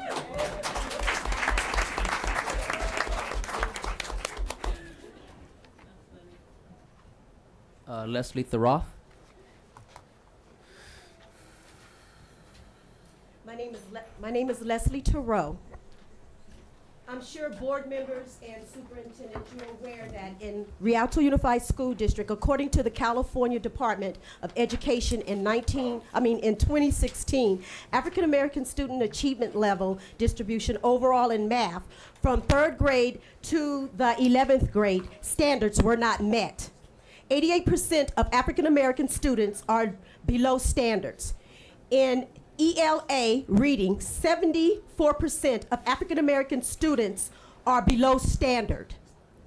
There's division in this community, and it has been developed by, it's from inequality and disparities as a result of differential treatment amongst its citizens.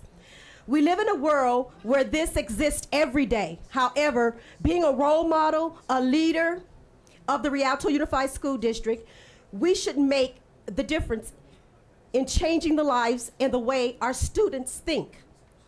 Part of our goal should be that we are an example to our families in Rialto community, and by joining together and enhancing our students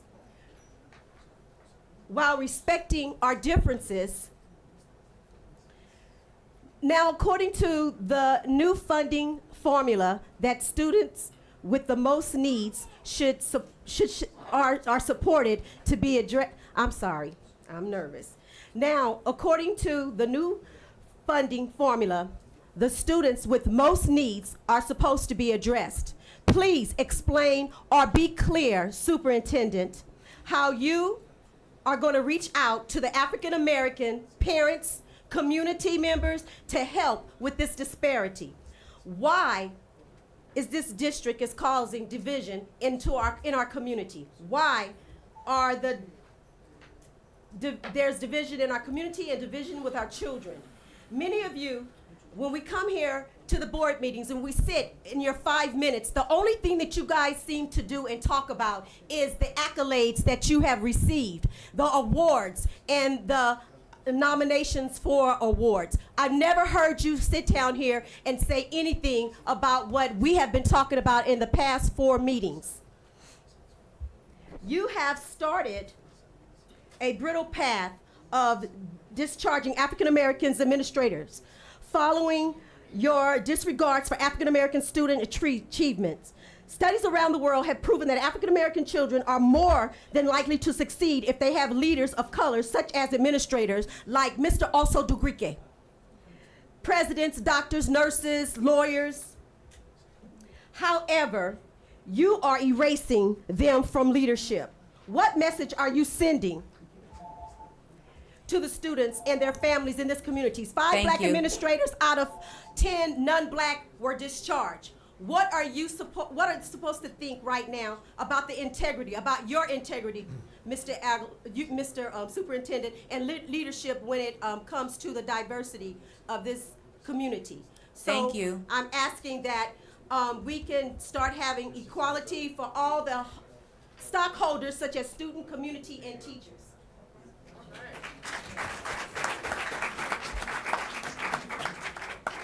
Michelle Ramirez.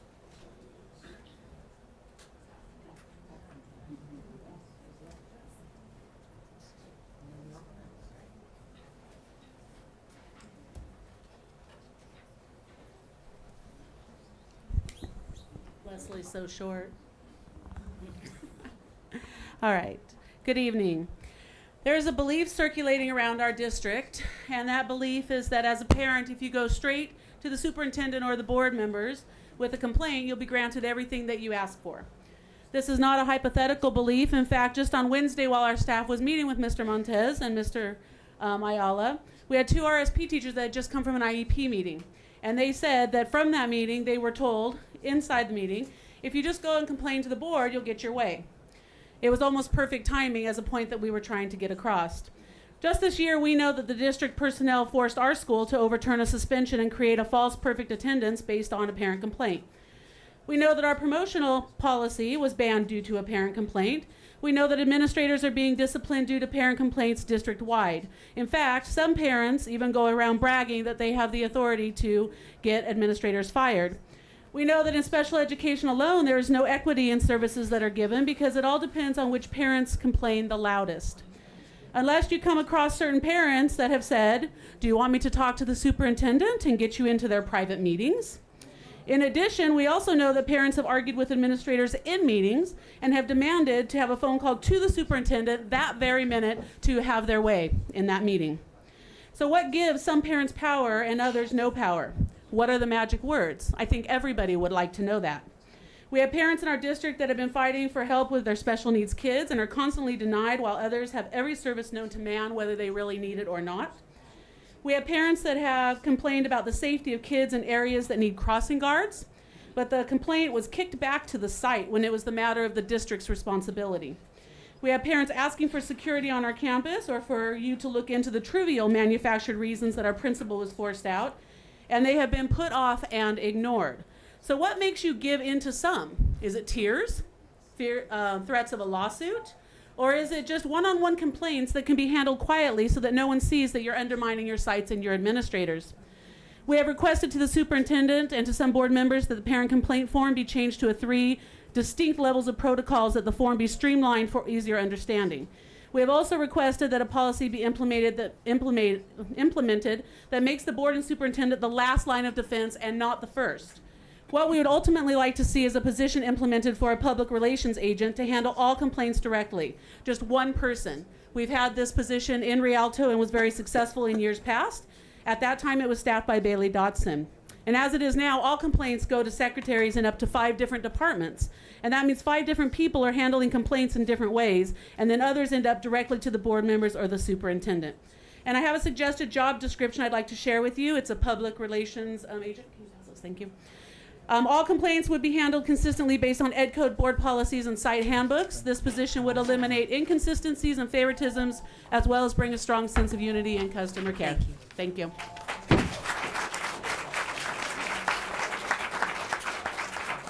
Tina Sanchez.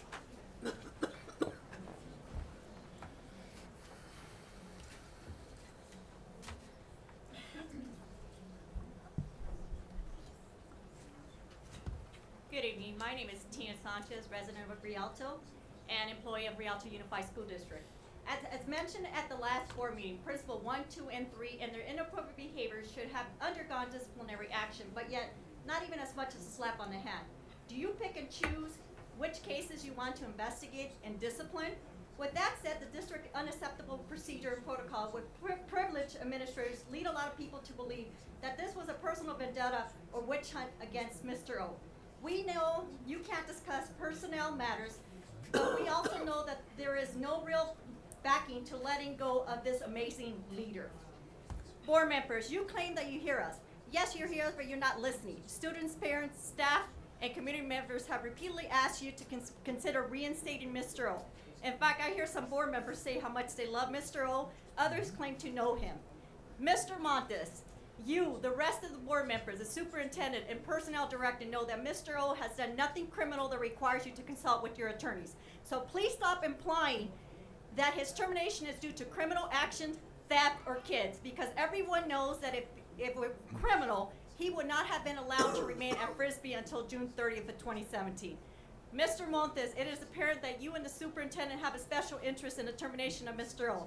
Dr. Avila, it seems like your task of terminating Mr. O has been accomplished and now urging us to move forward. Trust that if his termination was justifiable, we would not be here standing for what's right and just. Dr. Avila, you made a mistake and you lost a good administrator.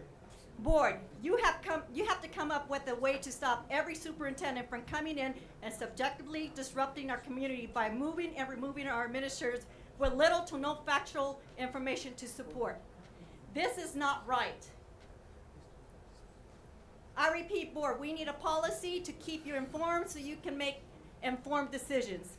I will close by saying, Dr. Avila, I ask that if you are being pressured by the board members or a board member to make this drastic decision that you ultimately affect our students, please know that we the voters can support you when it comes to fair decision making. Because the fact that you have been in office for less than 2 years, it is evident that your so-called team are making discriminatory decisions for you. Let us, the voters, know so we can respond appropriately. But if this was your decision and you didn't give Mr. O or other administrators their due process and provide a legitimate reason to disrupt our school and community, shame on you. I can't believe that after many years of dedicated service to the Rialto community that you could not find a place for them other than back into the classroom or to leave the district. Thank you for your time.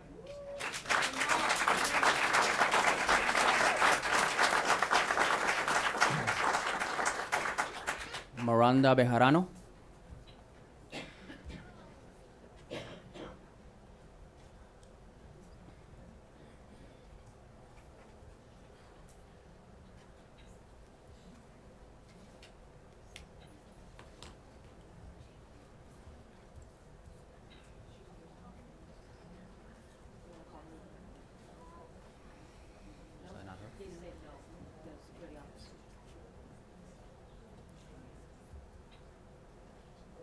Jennifer Trueth.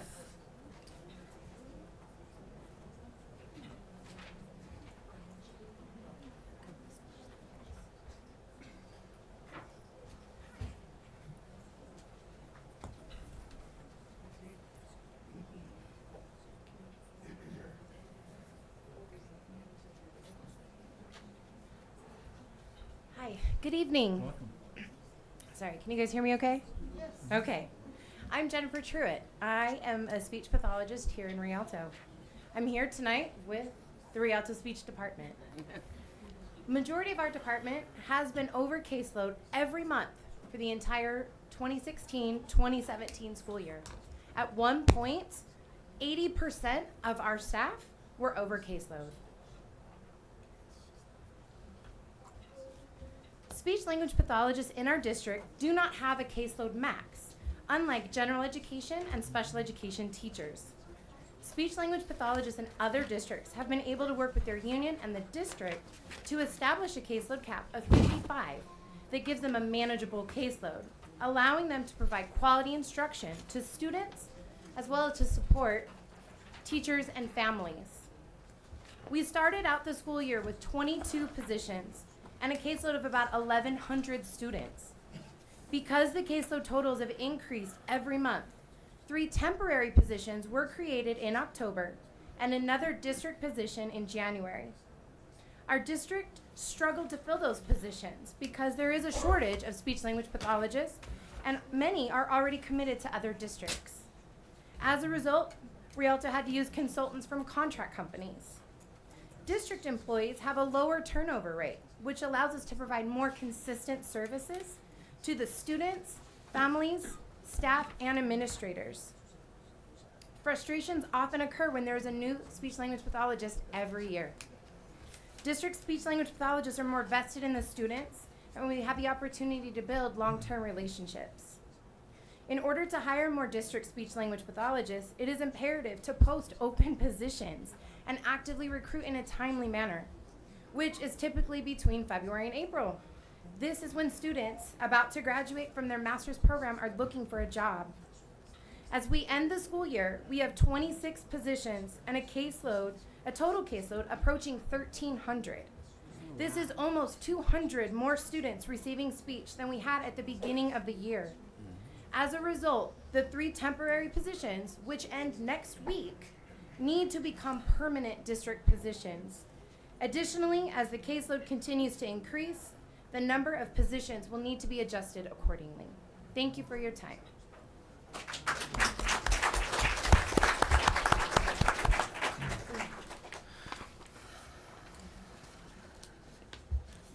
Raquel Castro.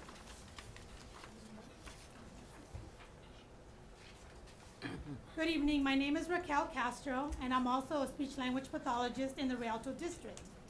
For years, the district has started each school year with not having enough speech language pathologists to cover services for all of our students.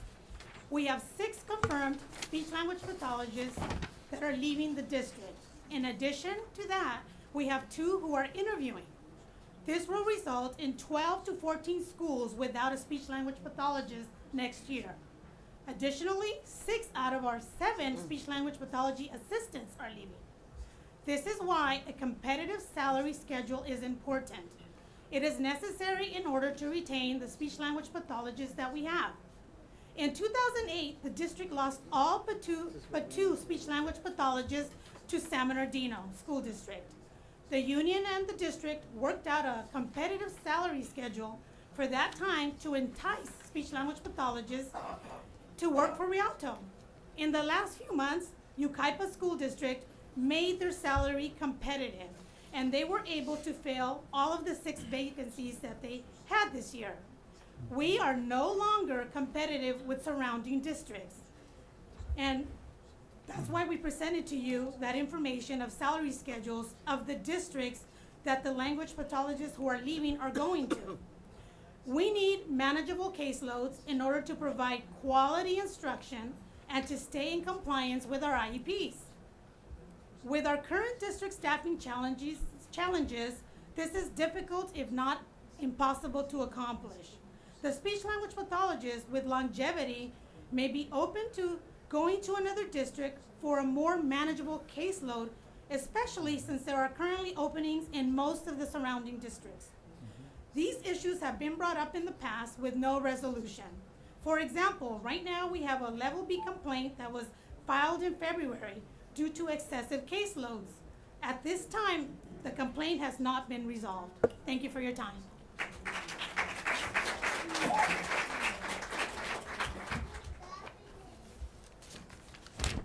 Franny Medina. Hi, I'm Fanny Medina. I'm a part-time speech-language pathologist here at Rialto. It's great to have part-time speech-language pathologists because, as Ms. Castro mentioned, we are in high demand. So the fact that Rialto is offering these part-time positions really helps speech therapists who are part-time. But we've come across an issue that if we're part-time, we are not being compensated. So every 2 years, we are not going up in a step. And why is that? Because we don't share contracts. So our contract is based on a percentage. And so we are being told that we cannot go up in salary every 2 years. This is not comparable to neighboring districts. So it brings up the problem of retention, because part-time speech pathologists will not stay in a district if they're not being compensated for their years of service. Also, it affects recruitment. We never see HR flying part-time positions, just full-time positions. We would get more part-time speech pathologists if we were advertising part-time positions. There are many SLPs just like me who are mommies and who want to be at home but also want to have a career part of the time. The other issue that we're running into as a department is maternity and sick leave.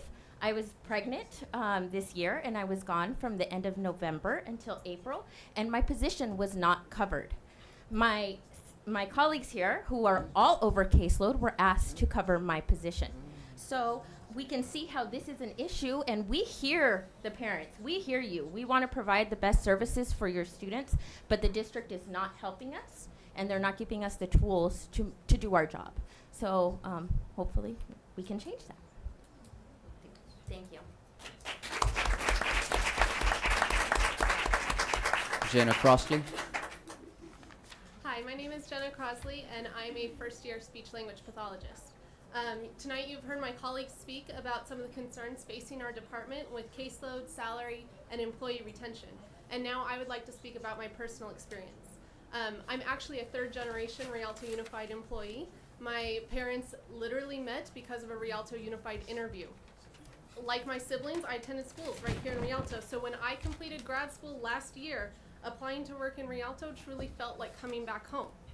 I've been so happy to start my career and complete my clinical fellowship here this year. I've received incredible help, support, and guidance from my mentor, other SLPs in the district, and many of our special education staff.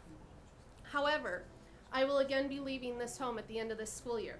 I am one of those SLPs who have accepted a position in a neighboring district that has a more competitive salary and offers greater caseload support, which is especially attractive to a newer SLP like myself. I would like to thank Rialto Unified so much for this experience, and moving forward, I would love to hear that the speech department was able to succeed. Thank you for your time.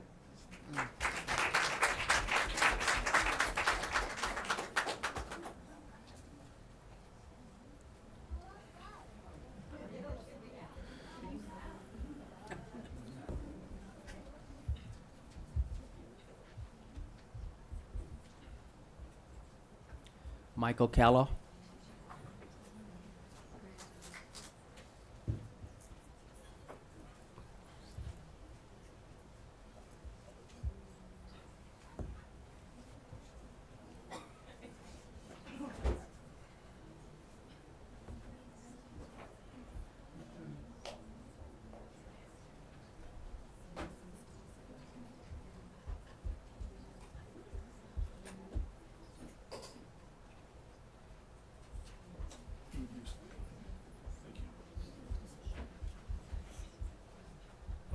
honorable board members, my name's Michael Kaloff. I'm an attorney.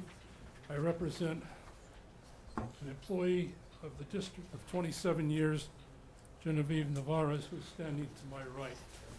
We were here in January requesting the board take action to grant Ms. Navarez's request for a 6-month extended period of time whereby she would receive her medical benefits and employee benefits. The basis of the action was predicated on a letter that Mrs. Navarez sent to Ms. Kramer indicating that she was applying for this benefit, for the restoration and continuation of her benefits for 6 months, which is provided under the Education Code. Now, the problem that occurred is she never got a response to her request. That brought me here in January. The board never took action on our request. So I've had an extensive written communication with the board's counsel, Mr. Keeler. And Mr. Keeler's letter in response is on top, confirming that this board needs to take an action to grant these benefits, or at least to let us appear and demand that you perform your duty and grant the benefit that she requests. As a result of your failure to act to date, my client, her family, her children, have lost over $10,000 by virtue of the fact that they had to pay for medical benefits out of their own pocket because this board failed to act. Now, I suggest and recommend, based on the extensive documentation I presented last time, the documentation presently within the district, which was provided to Ms. Kramer, and the documentation I am presenting to you tonight, to grant that extension of benefits for 6 months, because the money that was expended by my client and your 27-year employee was denied to her because of your failure to timely act. Thank you very much.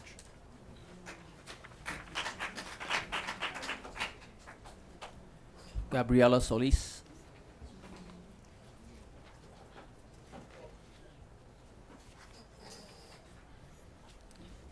Nora Mendoza.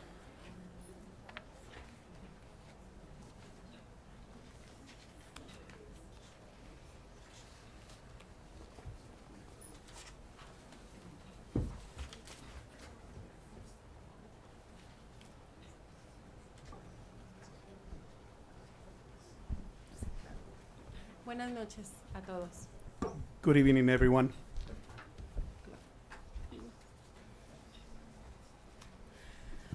Es una tristeza mirar que aquí se está hablando más de colores que de la educación de nuestros hijos. It's very sad to see that here we're speaking about colors rather than the education of our children. Ya tenemos un presidente que está haciendo mucha discriminación. We already have a president who's exercising a lot of discrimination. Y por favor hay que enfocarnos en la educación de nuestros hijos. And please, let's refocus on the education of our children. Si los directores que tenemos ahora, empleados por el distrito, If the principals we have now, who are employees of the district, estuvieran haciendo buen trabajo, we're doing such a great job, los padres que nos corresponden a escuelas como Vimes y Frisbee, the parents who go to the schools like BMX and Frisbee, no estuviéramos buscando otras escuelas y buscando otras opciones. wouldn't be looking for other schools or other options. No es un secreto que tenemos maestros enraizados It isn't a secret that we have teachers who are rooted, que están acostumbrados a hacer lo que ellos quieren dentro de los salones de clase, who are accustomed to doing whatever they like within their classrooms, solapados por los directores.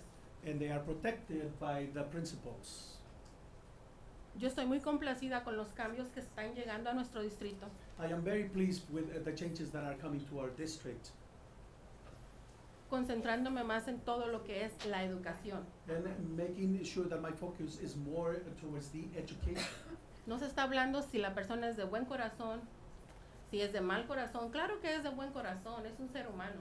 And we're not talking about whether this person has a good heart or a bad heart. Of course he has a kind heart. He is a human being. Simplemente no se está haciendo su trabajo. He's just simply not doing his job. Si estuviera haciendo su trabajo las personas, los niños no estuvieran siendo suspendidos por 2, 3 días. If he were doing his job, children wouldn't be suspended for 2 or 3 days, Privándolos de su derecho a la educación. denying their right to an education. Yo sigo interesada en lo que pasa en la escuela Bimes y Frisbee porque son las escuelas que me corresponden. I'm still interested in what's going on at the schools BMX and Frisbee because those are the schools that correspond to my children.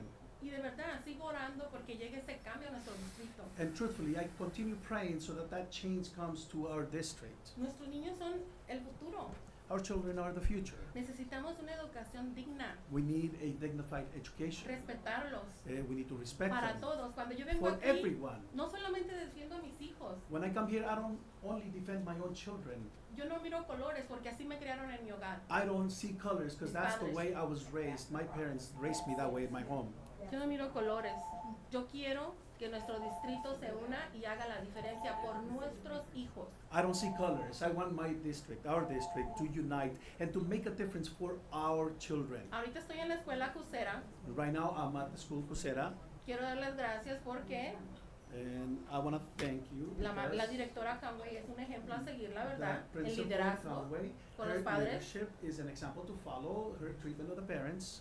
Tiene mucho que aprender esa directora That principal has a lot to learn, y los subdirectores también. and the assistant principals as well. Ahorita yo veo tanto padre involucrado, por ejemplo, para ir a CABE. I see so many parents involved right now, especially like for going to Es CABE. tanta riqueza que tienen en esos talleres para nosotros los padres con niños aprendiz de inglés. There is such wealth for us, the parents, particularly for those students who are English learners, Que se da uno cuenta que estamos pobres. that Aquí we've en come el to distrito. realize that at this district we're really poor. Ya no somos la minoría, somos We're- la mayoría. We are no longer the minority, we're the majority. Y necesitamos cambios. And we need changes. Necesitamos que nuestros niños fluyan, We need fluyan. our children to flow, Y to que flow. se reciba educación. And that they receive an education. Thank you. Excuse me, Thank you. just hold on just a moment. Segundo, For those of por you who favor. do not know, for people who need translation or have disability service, they're granted twice as much time. So please be respectful with the speakers. Thank you. Muchas gracias porque eso es con lo que yo educo a mis hijos con respeto a cualquier persona, al que limpia baños, a sus maestros, a sus directores. Thank you so much because that is the respect with which I educate my children, for them to be respectful of everyone, people who clean the restrooms, with their teachers, their educators. Nosotros somos el modelo a seguir para nuestros hijos. We are the example for our children to follow. Por eso necesitamos líderes como los que tenemos ahorita en la mesa directiva. And that's why we need leaders like the ones we have on the board now. Porque los sueños que ustedes tienen para sus hijos son los mismos que yo tengo para los Because the míos. dreams that you have for your children are the same dreams I have for my own children. Tomen en consideración, por favor, todo lo que han escuchado y enfóquese, por favor, en tanto niño que está siendo suspendido en algunas de nuestras escuelas en el distrito escolar. So please take into consideration everything Negándoles you've el heard derecho a estar and en un salón focus de clase. on those children who have been suspended and who are denied their right to be in a classroom. Gracias a todos. Thank y you, everyone. Los queremos a todos. Dios And los we bendiga. love you all. God bless you.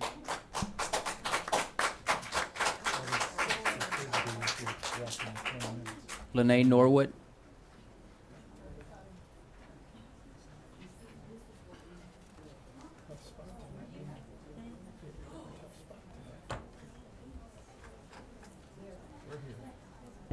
I invite all my community partners to stand with me at this time in solidarity in support of African American students and personnel.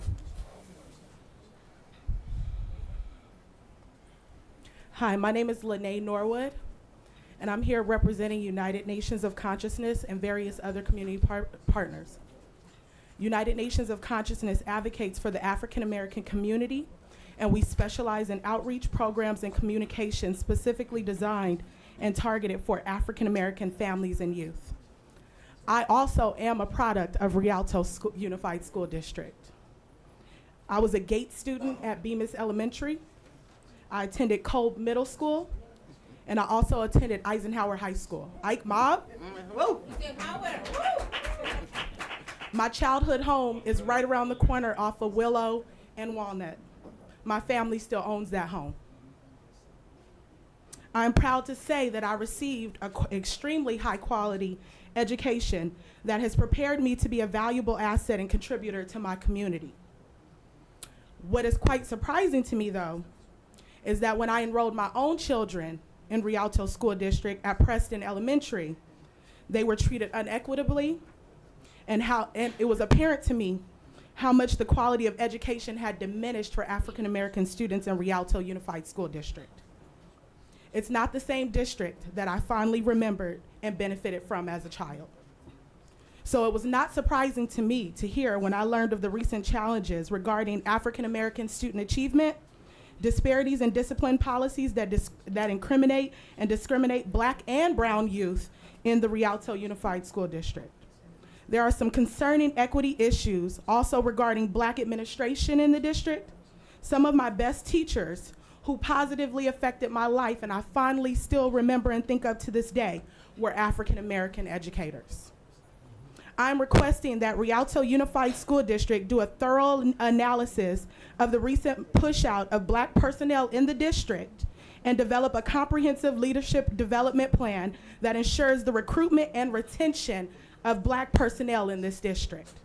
In addition, we request that you develop a comprehensive plan that closes the achievement gap for African American students. Lastly, we request Rialto Unified School District implements comprehensive and culturally responsive restorative justice practices that all students benefit from, including African American students. And I had the pleasure of speaking with Superintendent Avila at our WAG meeting a couple of weeks ago. Thank you very much.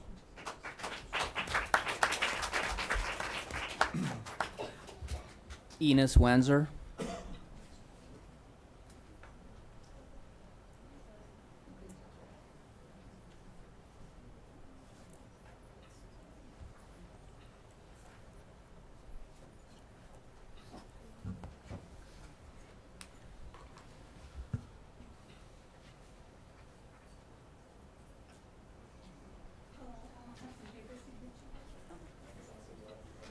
Ms. Windsor, is the translator? Thank you. Okay, so we won't have, thank you.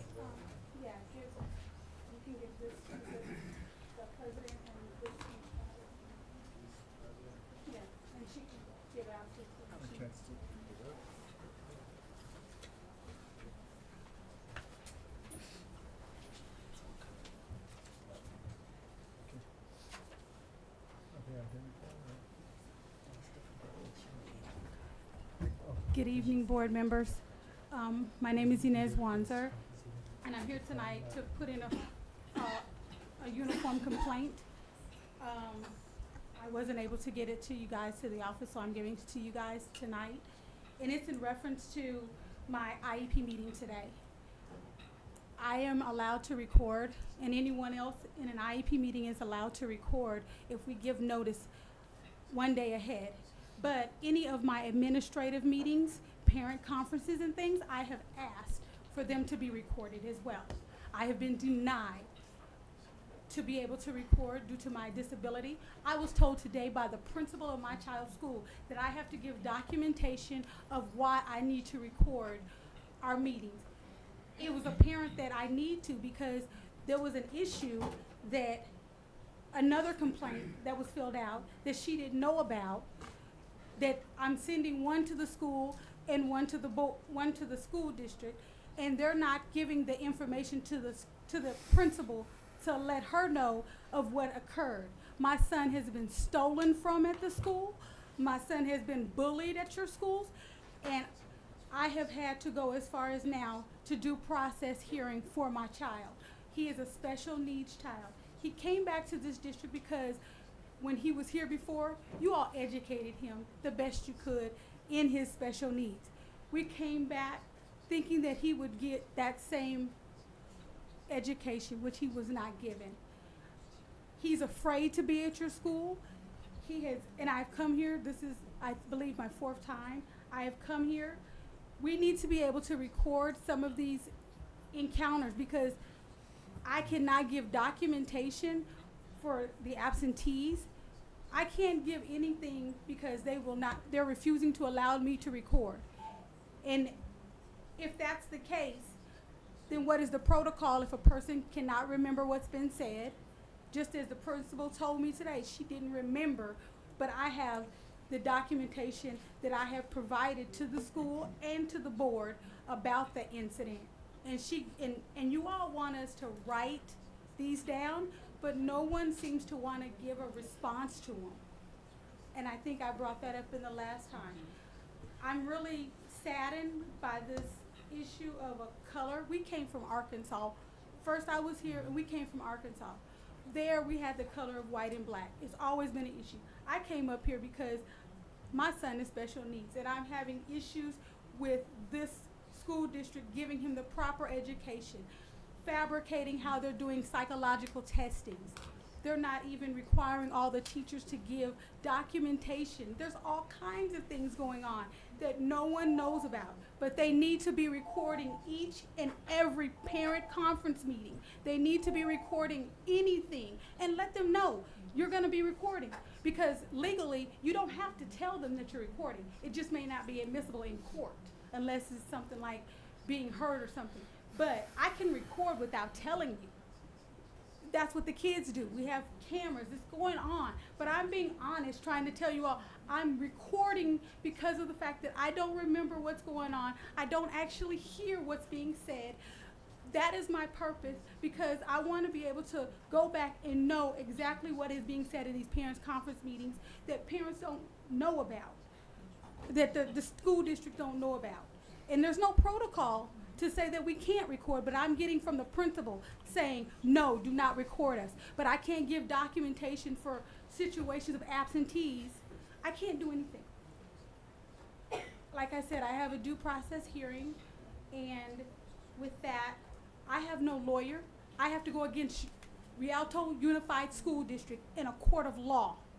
I have only the papers that you guys refuse to answer. I have no advocate. When we sit in these IEP meetings, it is just staff members of Rialto School District and a parent. No advocate, and sometimes a student is there. I thank y'all for listening to me, and hopefully the parents do understand that they need to start trying to advocate for themselves, because they're not trying to help us advocate. Thank you very much for giving me time.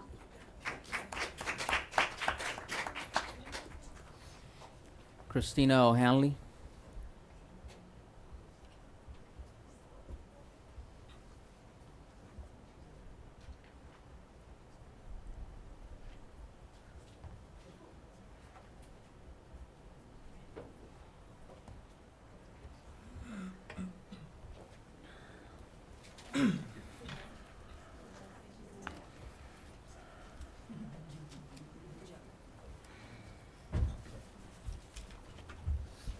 Good evening, members of the board, Mr. Superintendent, everybody here, parents, teachers, students. Congratulations for your scholarships to everyone. I'm very pleased to see you guys are successful in education. And also, I'm here again I'm going to say this first. I want to thank Mr. Mohammed for going to our school site to check out our problem with our classrooms. And also, I would like to thank Mr. Ayala, Mr. Montes, and I'm going to say this, okay?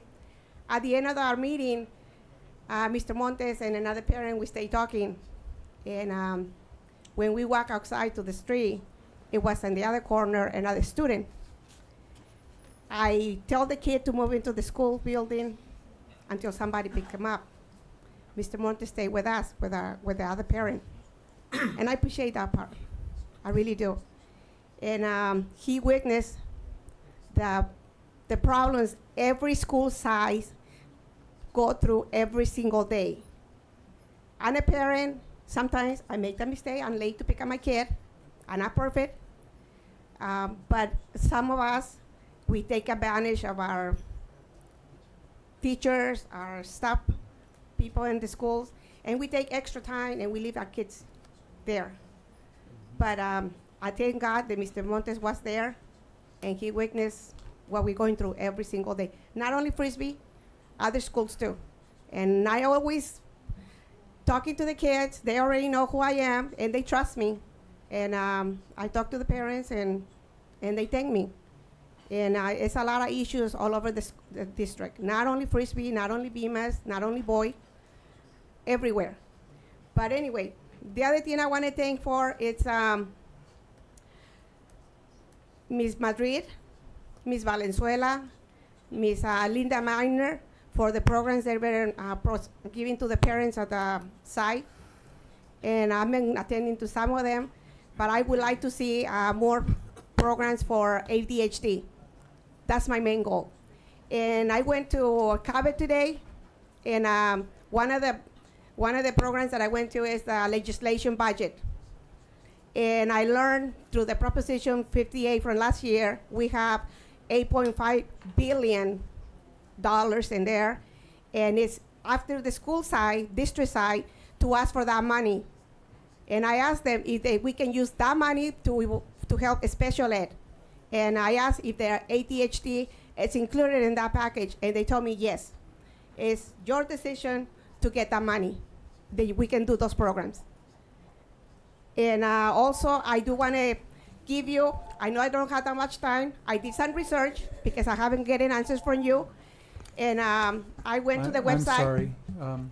I want to give it to you. Please, yes, Read we it. accept that.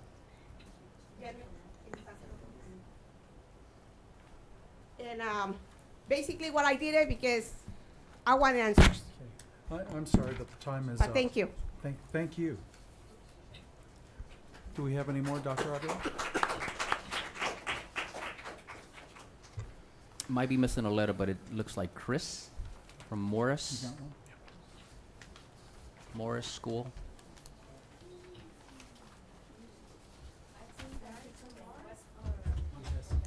It just says CHIS, the name.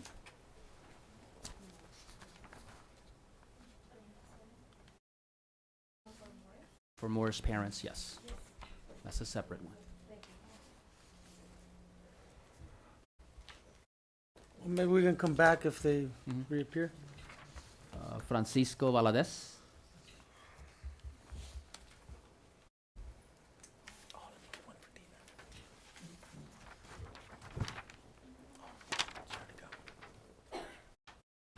We can come back, as Mr. Montez suggested.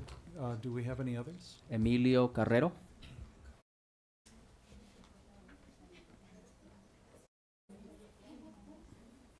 Lourdes Palacios. Oh, Emilia, sorry. Okay. Thank you, welcome. Buenas noches.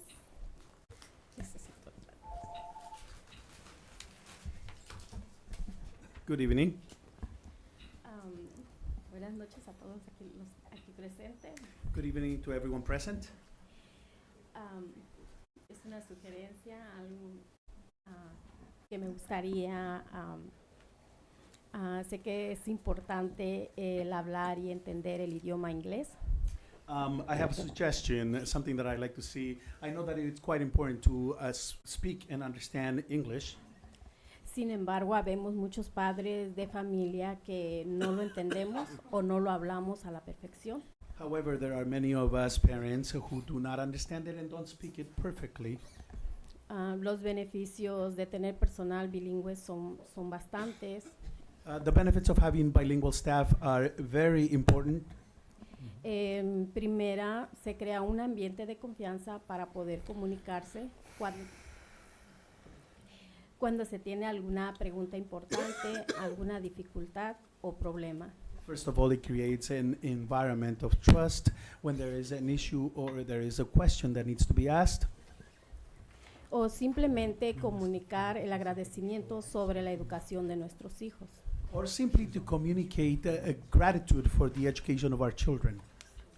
Otro beneficio es que habrá más confianza para participar en los salones y en programas educativos. Another benefit is that we will feel more confident to participate in the classrooms and in the educational programs.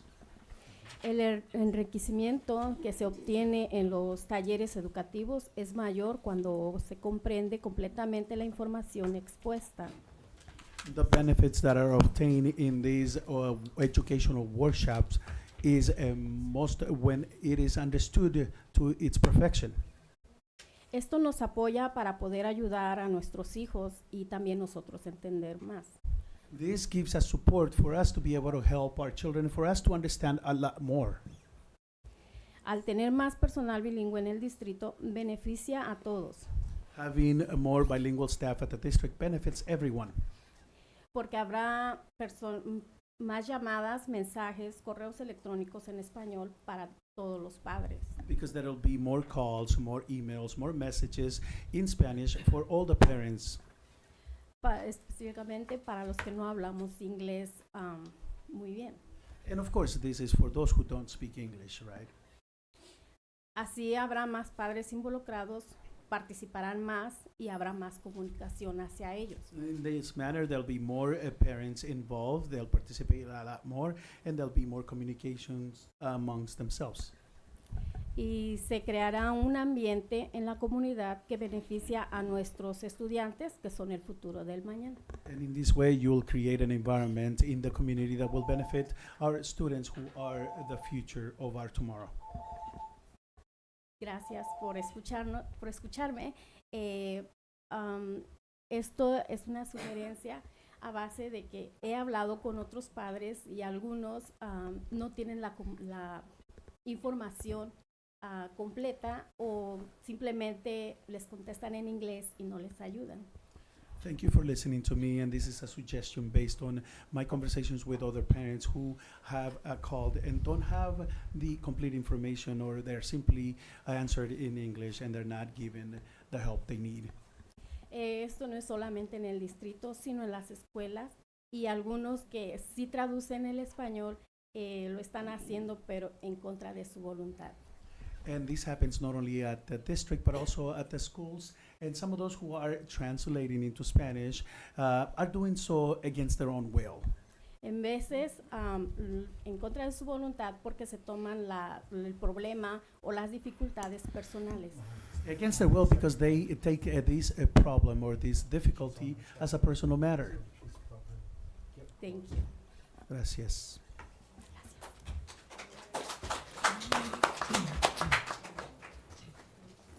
Lourdes Palacios.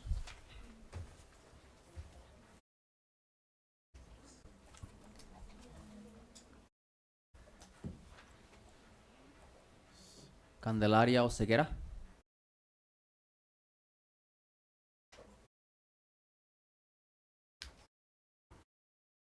Buenas noches. Mis minutos se los voy a ceder a Magda. Pero quédese con... Good evening, everybody. Like I said last time when I was here, that I was very, very pleased by having you as our superintendent. By sending us Mrs. Hernandez to Eubank School, you gave us a lot of hope.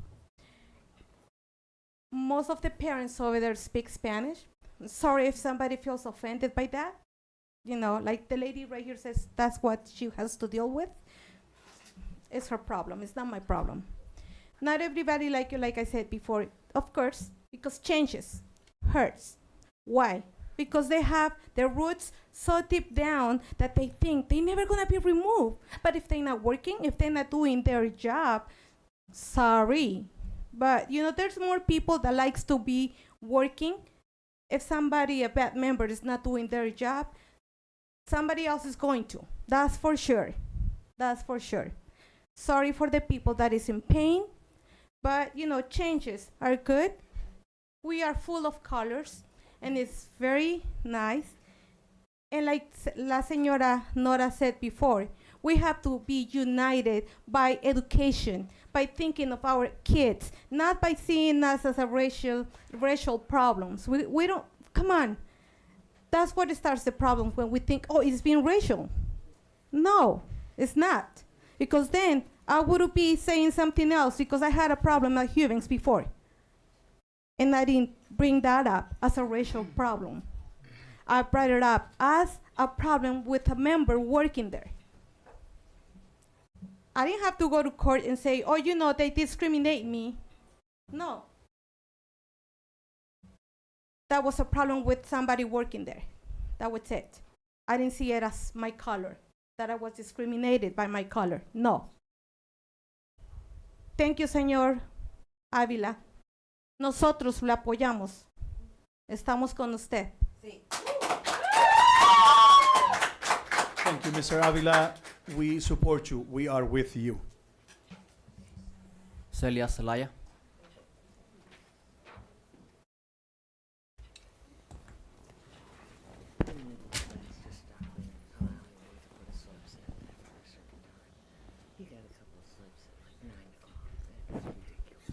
Jesucristo.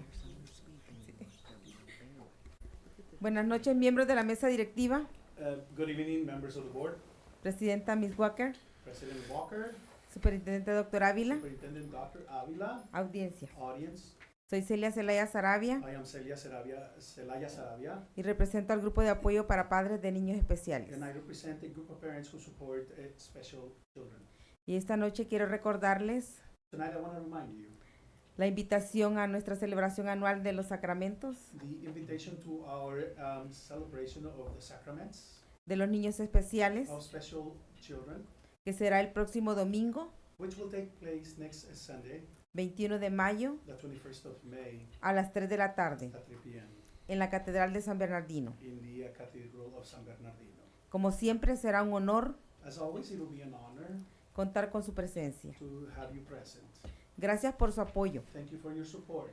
También queremos felicitar a todos los estudiantes We also want to congratulate all the students que se van a graduar. who are graduating.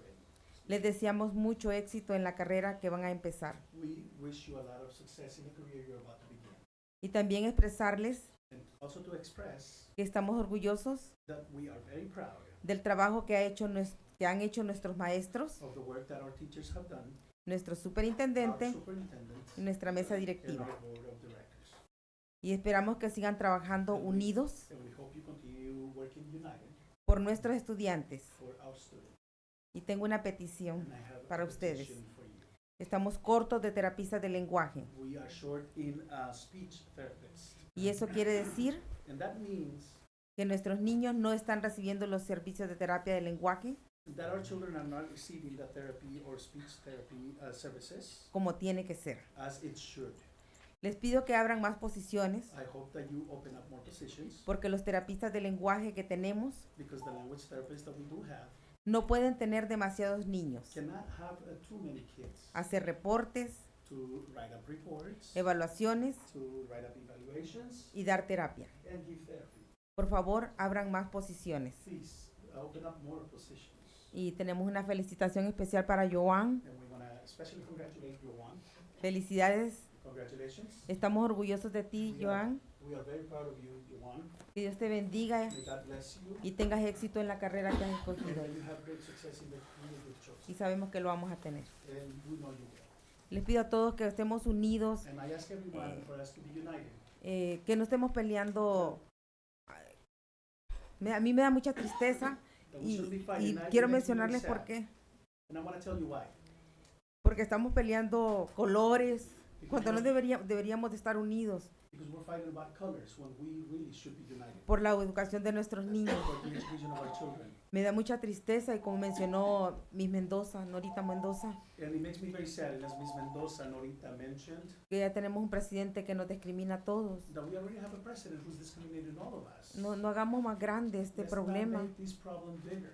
Me da tristeza porque mi hija se me acaba de ir al servicio It makes me even more sad because my daughter has just y, gone y, to y, y the pienso, service. y pienso en ella cuando estamos aquí peleando cosas, And I think of her when we are here fighting over these things. cuando nuestros hijos están peleando When our otras children batallas más grandes. are out there fighting a bigger war.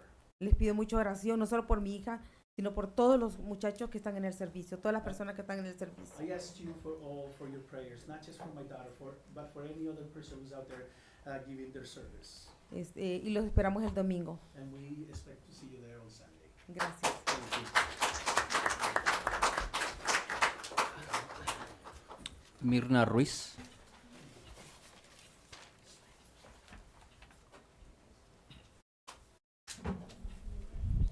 Good evening, board, viewing audience. My name is Myrna Reese, and I will start with thanking As a PTA vice president for the school district, I would like to thank Mr. Montes, Mr. Ayala, Beth Curtis, Linda Miner,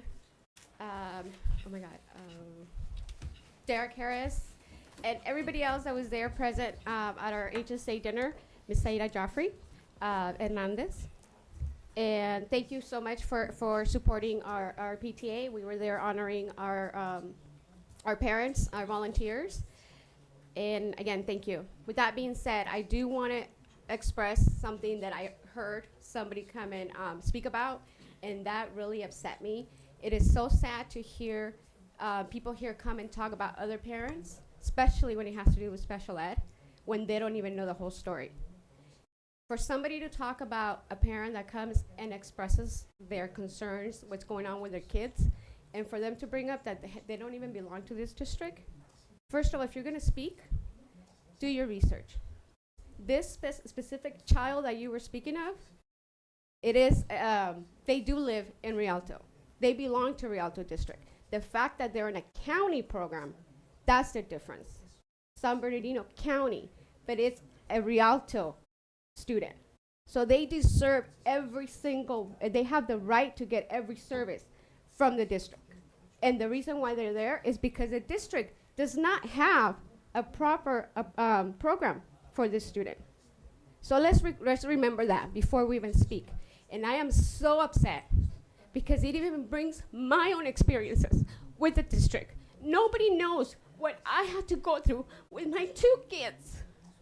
Why is it that I had to file due process for my own children? But people don't realize that all you see is when I come here and speak and I advocate for other parents, that's not gonna stop me. You know, I don't get paid to go and support other parents. So, and I will not stop that. I will never stop helping parents and educating parents to do that. Why? Because of my own personal experiences that I went through, and I'm still going through. And I'm sharing this with you so you can understand finally why is it that when I come and I'm upset and I yell at these people and I hold them accountable, I hold their feet to the fire because of that. They make a promise. We have to hold them accountable for that to help our students. But other people don't see that. You only see what you want to see. You don't see what happens behind doors, especially when it comes to special ed. And I'm only referring to special ed. You don't understand what it is that we have to fight for just to have our kids get the service that they deserve, and by law, they have the right to. So please remember that before you go and criticize people, why they come and speak here, or think that these people have favorites. No, they don't. Ask them how many times I had to go to due process to get the services for my own children. Just remember that.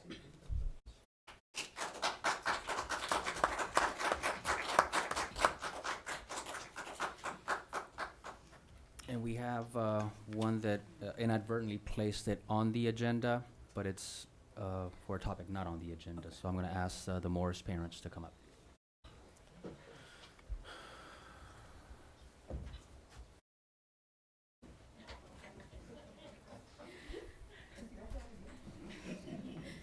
Damas y caballeros, buenas noches. Ladies and gentlemen, good evening. Estamos aquí representando a Morris Elementary School. We are here representing Morris Elementary School.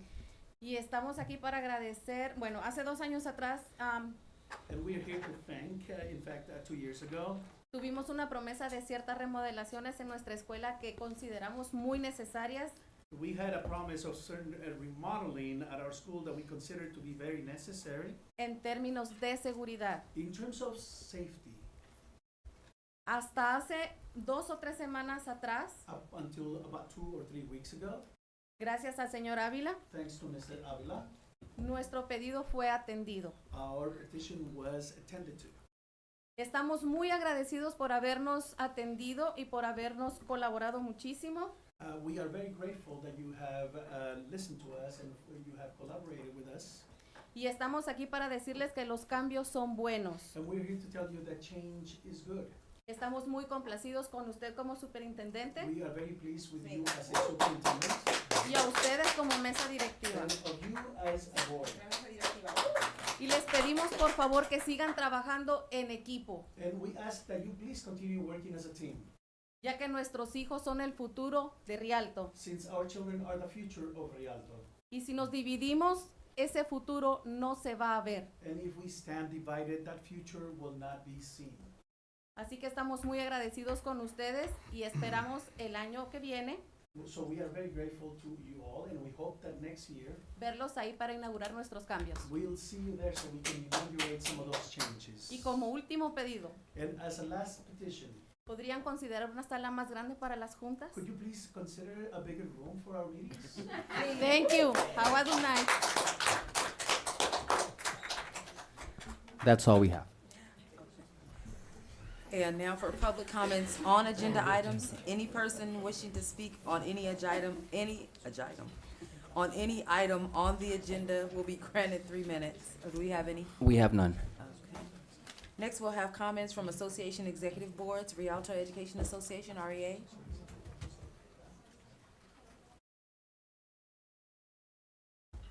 No? There REA? she is. Uh-huh. There she is. Yes.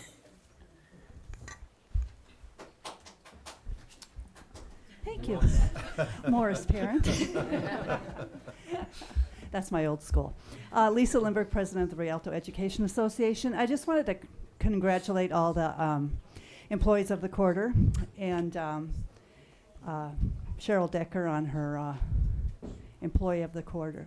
Is that what no, the key to the district, right? Or yeah. Congratulate her as well. Faith Mowo, our Employee of the Quarter for REA, wonderful lady. And as you can see, she was so excited, just so delighted to get that award. I also wanted to congratulate all the students that got the scholarships from the district tonight. That was wonderful to see. And finally, I wanted to announce that our educators collected over $12,000 this year for scholarships for our Rialto students.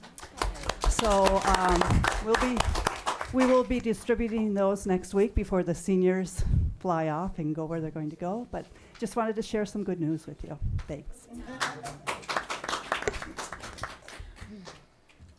California School Employees Association, CSEA.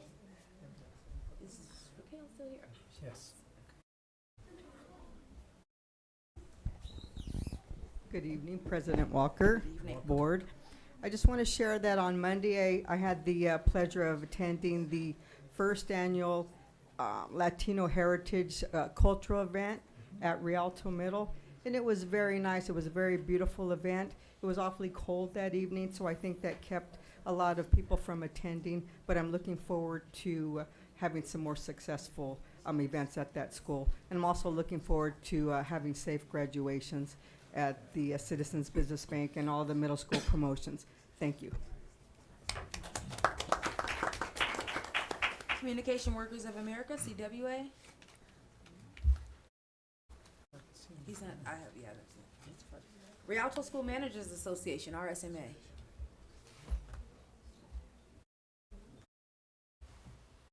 No? Oh, that's okay. Comments from the superintendent then?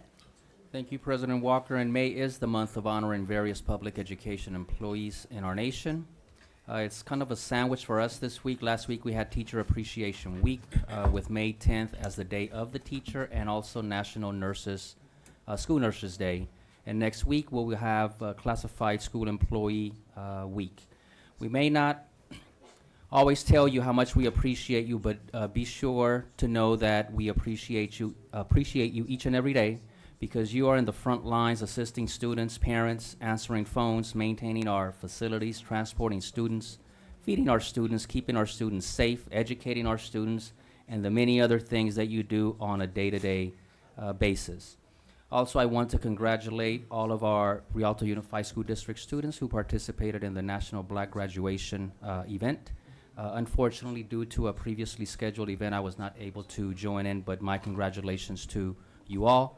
And I do look forward to continuing the newly established partnership with Mr. and Mrs. Buffon to support this great event over the years to come.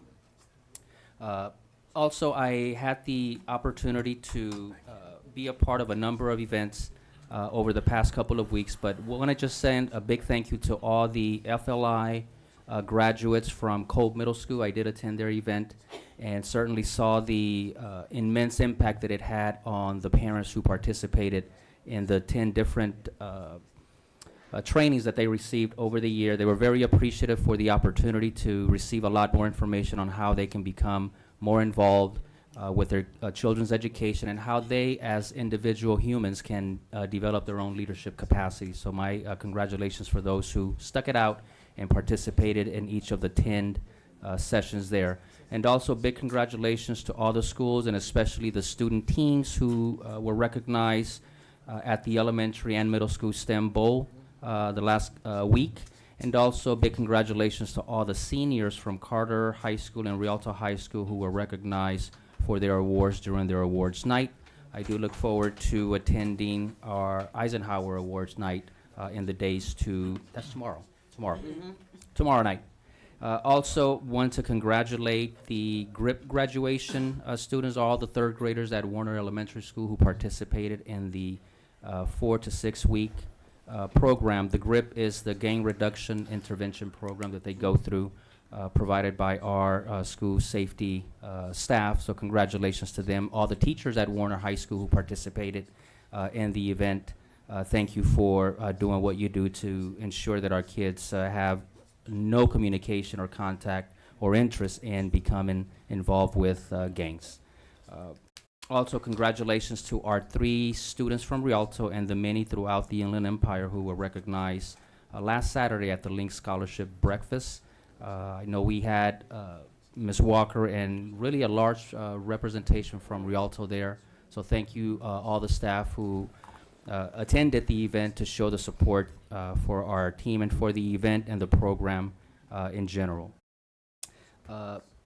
Earlier this week, I had the opportunity to visit Hugh Banks Elementary School, so a big shout out to Mr. Monty Stewart, Dr. Monty Stewart, for being part of the 10th anniversary Stewie the Duck Learns to Swim. It was a great event, being a part of that for a second year in a row, having the opportunity to share in the lessons that are read to the kids. Mr. Ayala was also there, witnessing the excitement of the kids, not only being read to, but once Stewie showed up in full gear, in full reality, and having the opportunity to shake his hand, take pictures with him, and also get to learn what firefighters and other emergency personnel do on a day-to-day basis. Also this Monday, as was mentioned a few minutes ago, I did have the opportunity to attend the Latino Heritage Celebration. This is a district-wide event. It was hosted at Rialto Middle School, so I do want to thank Dr.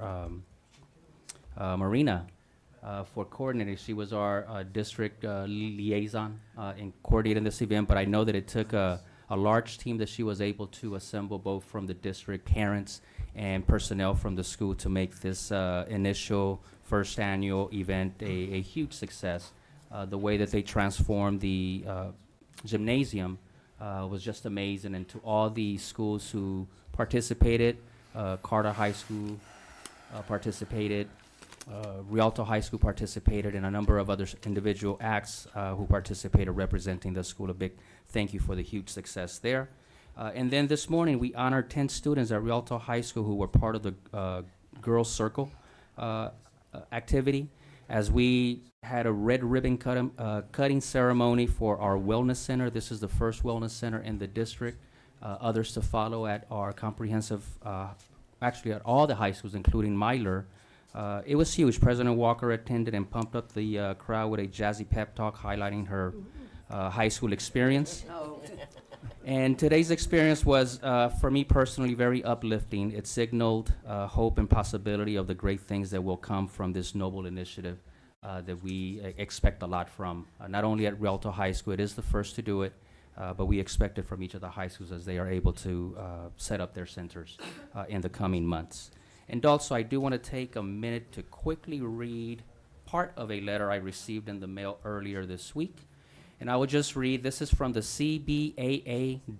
This is the Citrus Belt Area Athletic Directors Association.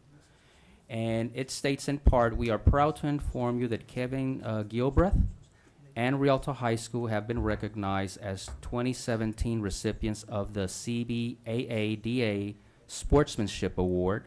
To recognize this accomplishment, CBAADA will provide Rialto High School with a banner to display on campus so that everyone will know that they strive to represent the Rialto Unified School District and the city of Rialto in the best possible manner and work to create a positive learning environment for all students, athletes, and spectators that attend high schooling sporting events. So a big congratulations from Matt Howell, representing the CBAADA. And over the next couple of weeks, we will have our middle school promotions. And of course, on June 14th, we will have our 4 high school graduations at Citizens Bank Arena. So I look forward.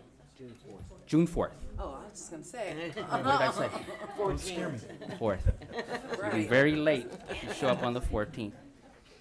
And then usually I take the time to recognize an RUSD alumnus spotlight. But tonight I want to highlight a young man who will soon be an alumnus of the district, who has been a source of inspiration and someone who I have come to admire, someone who in many ways reminds me of me. He is into school, is athletic, and has a serene demeanor and works really, really hard, but with a captivating sense of calm. I would say that he also dresses like me, but unfortunately I cannot compete as he really outdresses me to the point where over the course of the year I have purchased a few suits just to try to keep up with the latest styles, and I'm talking about Juwan Collier.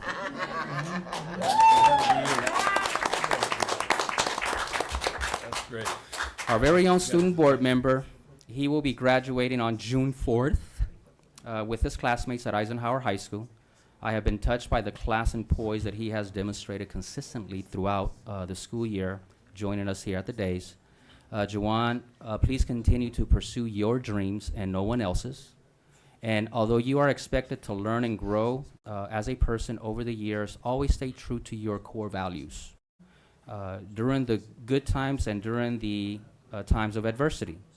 Don't change for the sake of pleasing others. As long as you can look at yourself in the mirror each night before going to bed and say, my core values are intact and I did the best that I could today, you will remain the amazing human being that you are and will contribute great things to the local and global communities that you will be a part of in the future. Juwan, you, along with your fellow DSAC student members, will stay in my heart forever.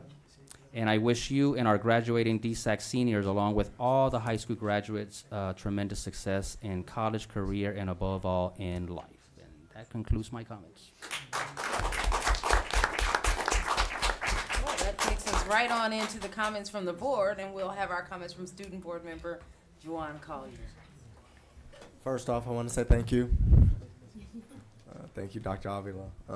Thank you, Member Ms. O'Kelly, Ms. Walker, Mr. Montez, Mr. Ayala, Mr. Martinez, for all you guys have taught me throughout this whole entire year. Just paying attention to you guys, watching how you guys operate is very pivotal to me to grasp onto that and take that into my own hands and apply that to my own work. Just helping me grow as a person. I really do appreciate it. I'd like to thank Ms. Polito for giving me the opportunity to even be in this situation. I'd also like to, I never tell anybody this, but one of my friends at school, I'd like to thank Helena Ramirez for even throwing the idea of being ambassador of my school. I had no idea what it was, and I'm glad I got into it, and I'd really like to thank her for even putting that into my head. Of course, my parents for helping me get through the long nights of leaving here and doing homework. Even after today, it's a really late day today, but I have a lot of other work that I have to do for college and stuff like that. Just their motivation really helps me. Even today, being my dad's birthday, he's all around the city helping, and I just really appreciate the effort that they put in. All of my friends really impacted me this year. I appreciate everything. I'm very grateful. I appreciate you talking about me dressing. I never thought it was ever that good. always thought I could be better, but thank you. I do appreciate that. And it's been a wonderful year. I've actually been waiting for this day, but now that it's here, it's like, kind of sad. But I've enjoyed myself, and thank you guys.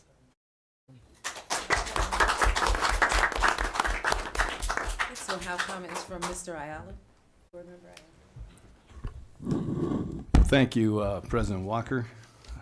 I was going to start off with Stewie the Duck and talk about the golf league. I'm just going to turn this over for now. I'm going to start with, let's look at this board. This board was voted in by this community, and if you look at this board, we're diverse.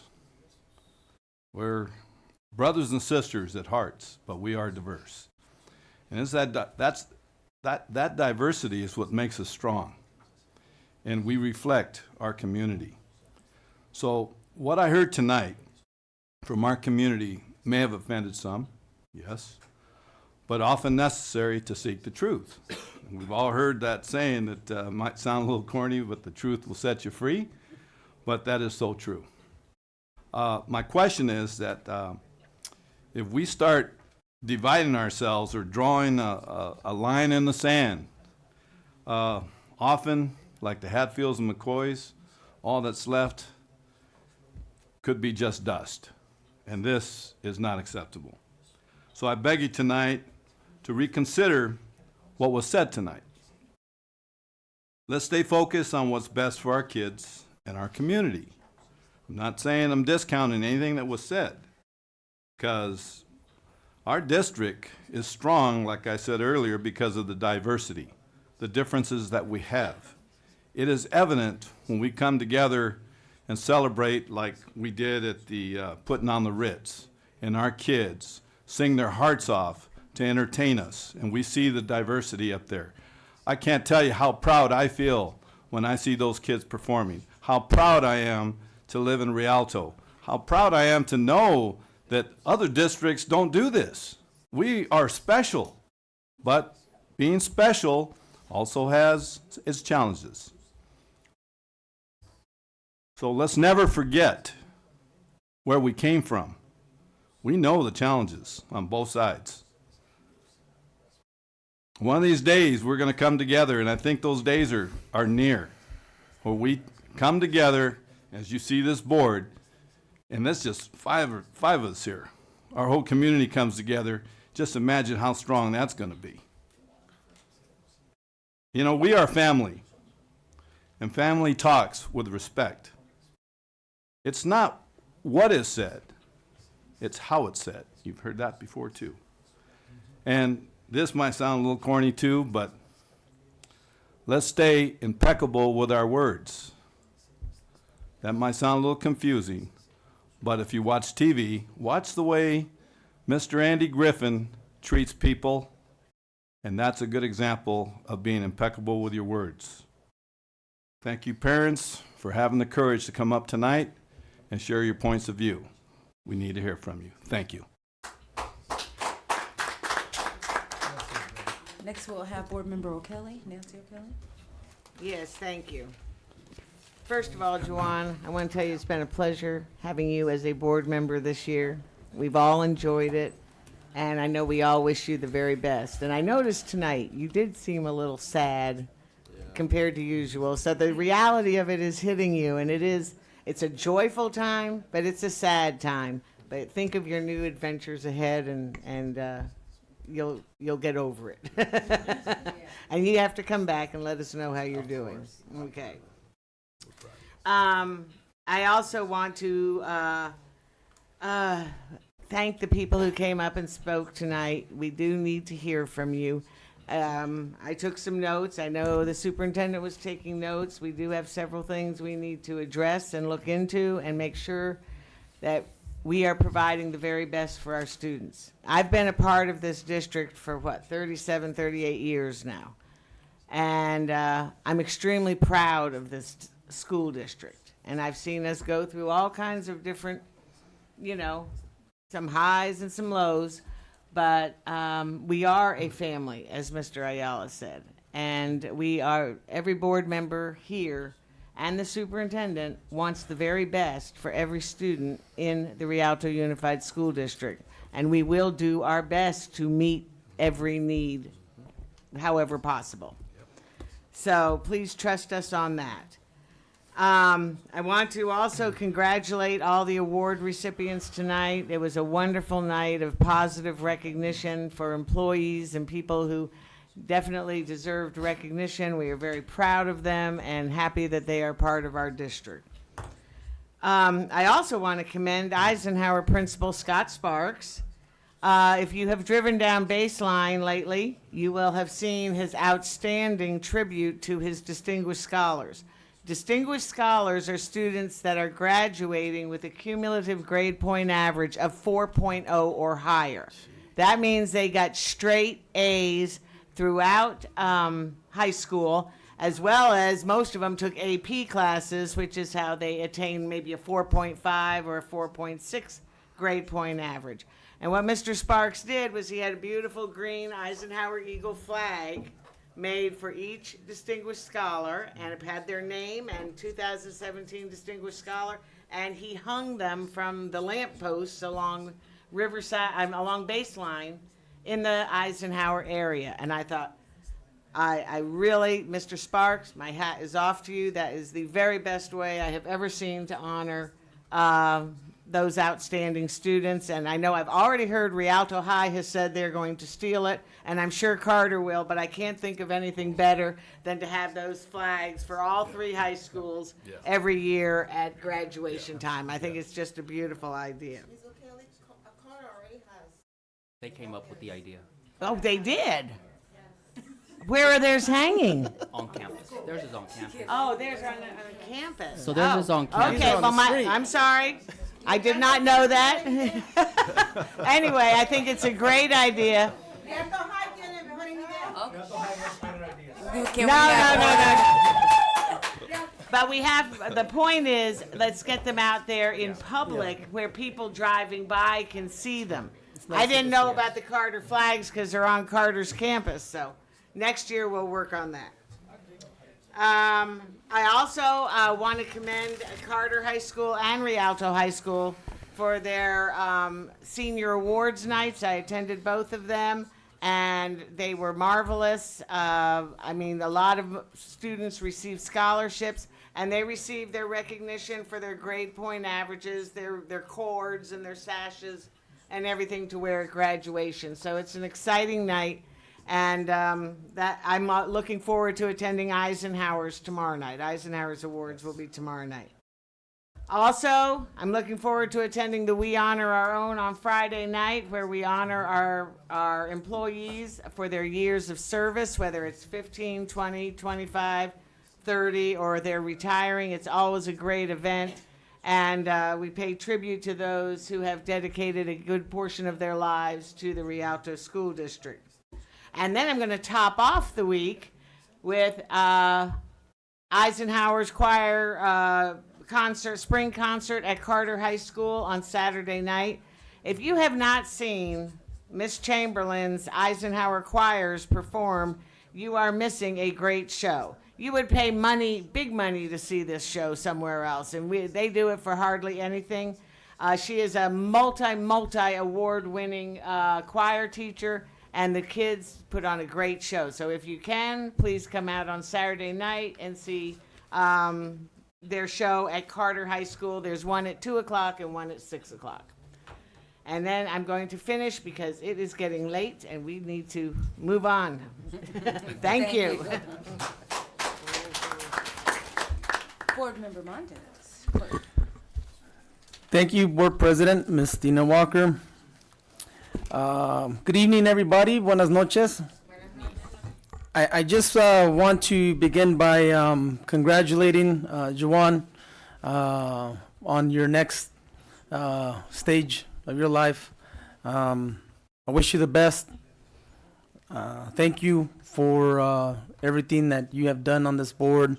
It's been a pleasure serving with you. You're the 6th student board member that I've had the privilege to serve with, and it's been a real pleasure seeing you on the board, on the dais here with us, representing your student body, and doing a really good job at it. So thank you, and thank you, and congrats again. Wish you the best. I want to also congratulate Mr. Leonard Buckner. Mr. Buckner has gotten quite some recognition for various different things over the years, but more specifically, a lot as coordinator of CWA, it's Child Welfare and Attendance. He was recently recognized by the state for School Attendance Review Board for his work. The state superintendent of public instruction, Tom Torlakson, I believe, recognized 27 school districts for their work with SARBs. And there's 1,100. Right, Districts. out of 1,100 school districts, and Mr. Buckner was recognized for his work with the SARBs program, which helps lower suspensions, lower expulsions, and help with chronic absenteeism. So kudos to Mr. Buckner for his state recognition on that, and please keep up the good work. I know Ms. Walker and I are really big advocates, and so is everybody on this board and our superintendent, and really working on lowering our suspension rates, our expulsion rates, and our absenteeism. And the district has made tremendous strides. So we thank both Mr. Buckner and Miss Angela Brantley for all of their hard work in that regard. I want to thank Mrs. Tarbutton's 4th grade students for inviting me to their Revenge of the 5th, Casey's 2nd annual Mini Maker Fair. I was looking forward to running into Mr. Martinez there, and I'm surprised he wasn't there, because these kids would have blown him away just like they blew me away with all of the electronics, all of the STEM and STEAM projects, and many other things that they themselves built. As a matter of fact, I want to say it's Miss Facella's, Miss Facella, 5th grade teacher, had her classroom had an arcade, kind of like Kane's Arcade. Exact same thing in her classroom. There was the classroom full of canes with all their little arcade cardboard and different types of arcade projects that they built themselves. It was really nice. So thank you to Miss Starbutton's 4th grade students and Miss Facella's 5th grade class, and everybody that participated in that mini maker fair. I also had an opportunity to swing by Myler High School. It's been a while since I visited Myler High School, and I wanted to drop in since it was on my way to work from leaving Casey. They had same day they had a small celebration, sort of like a small college fair, with a little Cinco de Mayo fiesta mix. They had some paper decorations, colorful paper decorations like the ones that are traditional and ancestral Mexico and other parts of the Americas, and also they had the decorations, college and university decorations that the students themselves did on all of the classroom doors, and they had all the classroom doors open so that all of the banners and all of the college and universities could be shown. They had booths. They had different types of they had law enforcement, the military, different types of booths, options available for the students as well as colleges. Had an opportunity to speak with the principal there, Mr. Luna. He really seems to really care about his kids, doing a lot of good things over there, and I look forward. He shared with me some of the help and support he's been getting from the district, and I look forward to seeing him continue to do whatever he can to improve the quality of the education for the students at that school. Took me into the special education classrooms and showed me their apartment, exactly, their daily living skills. And it was nice. It was nice. Teacher said, sometimes I feel like never going home. It's really nice the way they got it set up and everything. I also just want to thank the PTA parents, the district-wide PTA. I had the privilege of attending the PTA district-wide dinner, recognition dinner, where they recognized various different volunteers and many staff members in the district for all of their hard work and dedication to our schools, to our students. So thank you for that.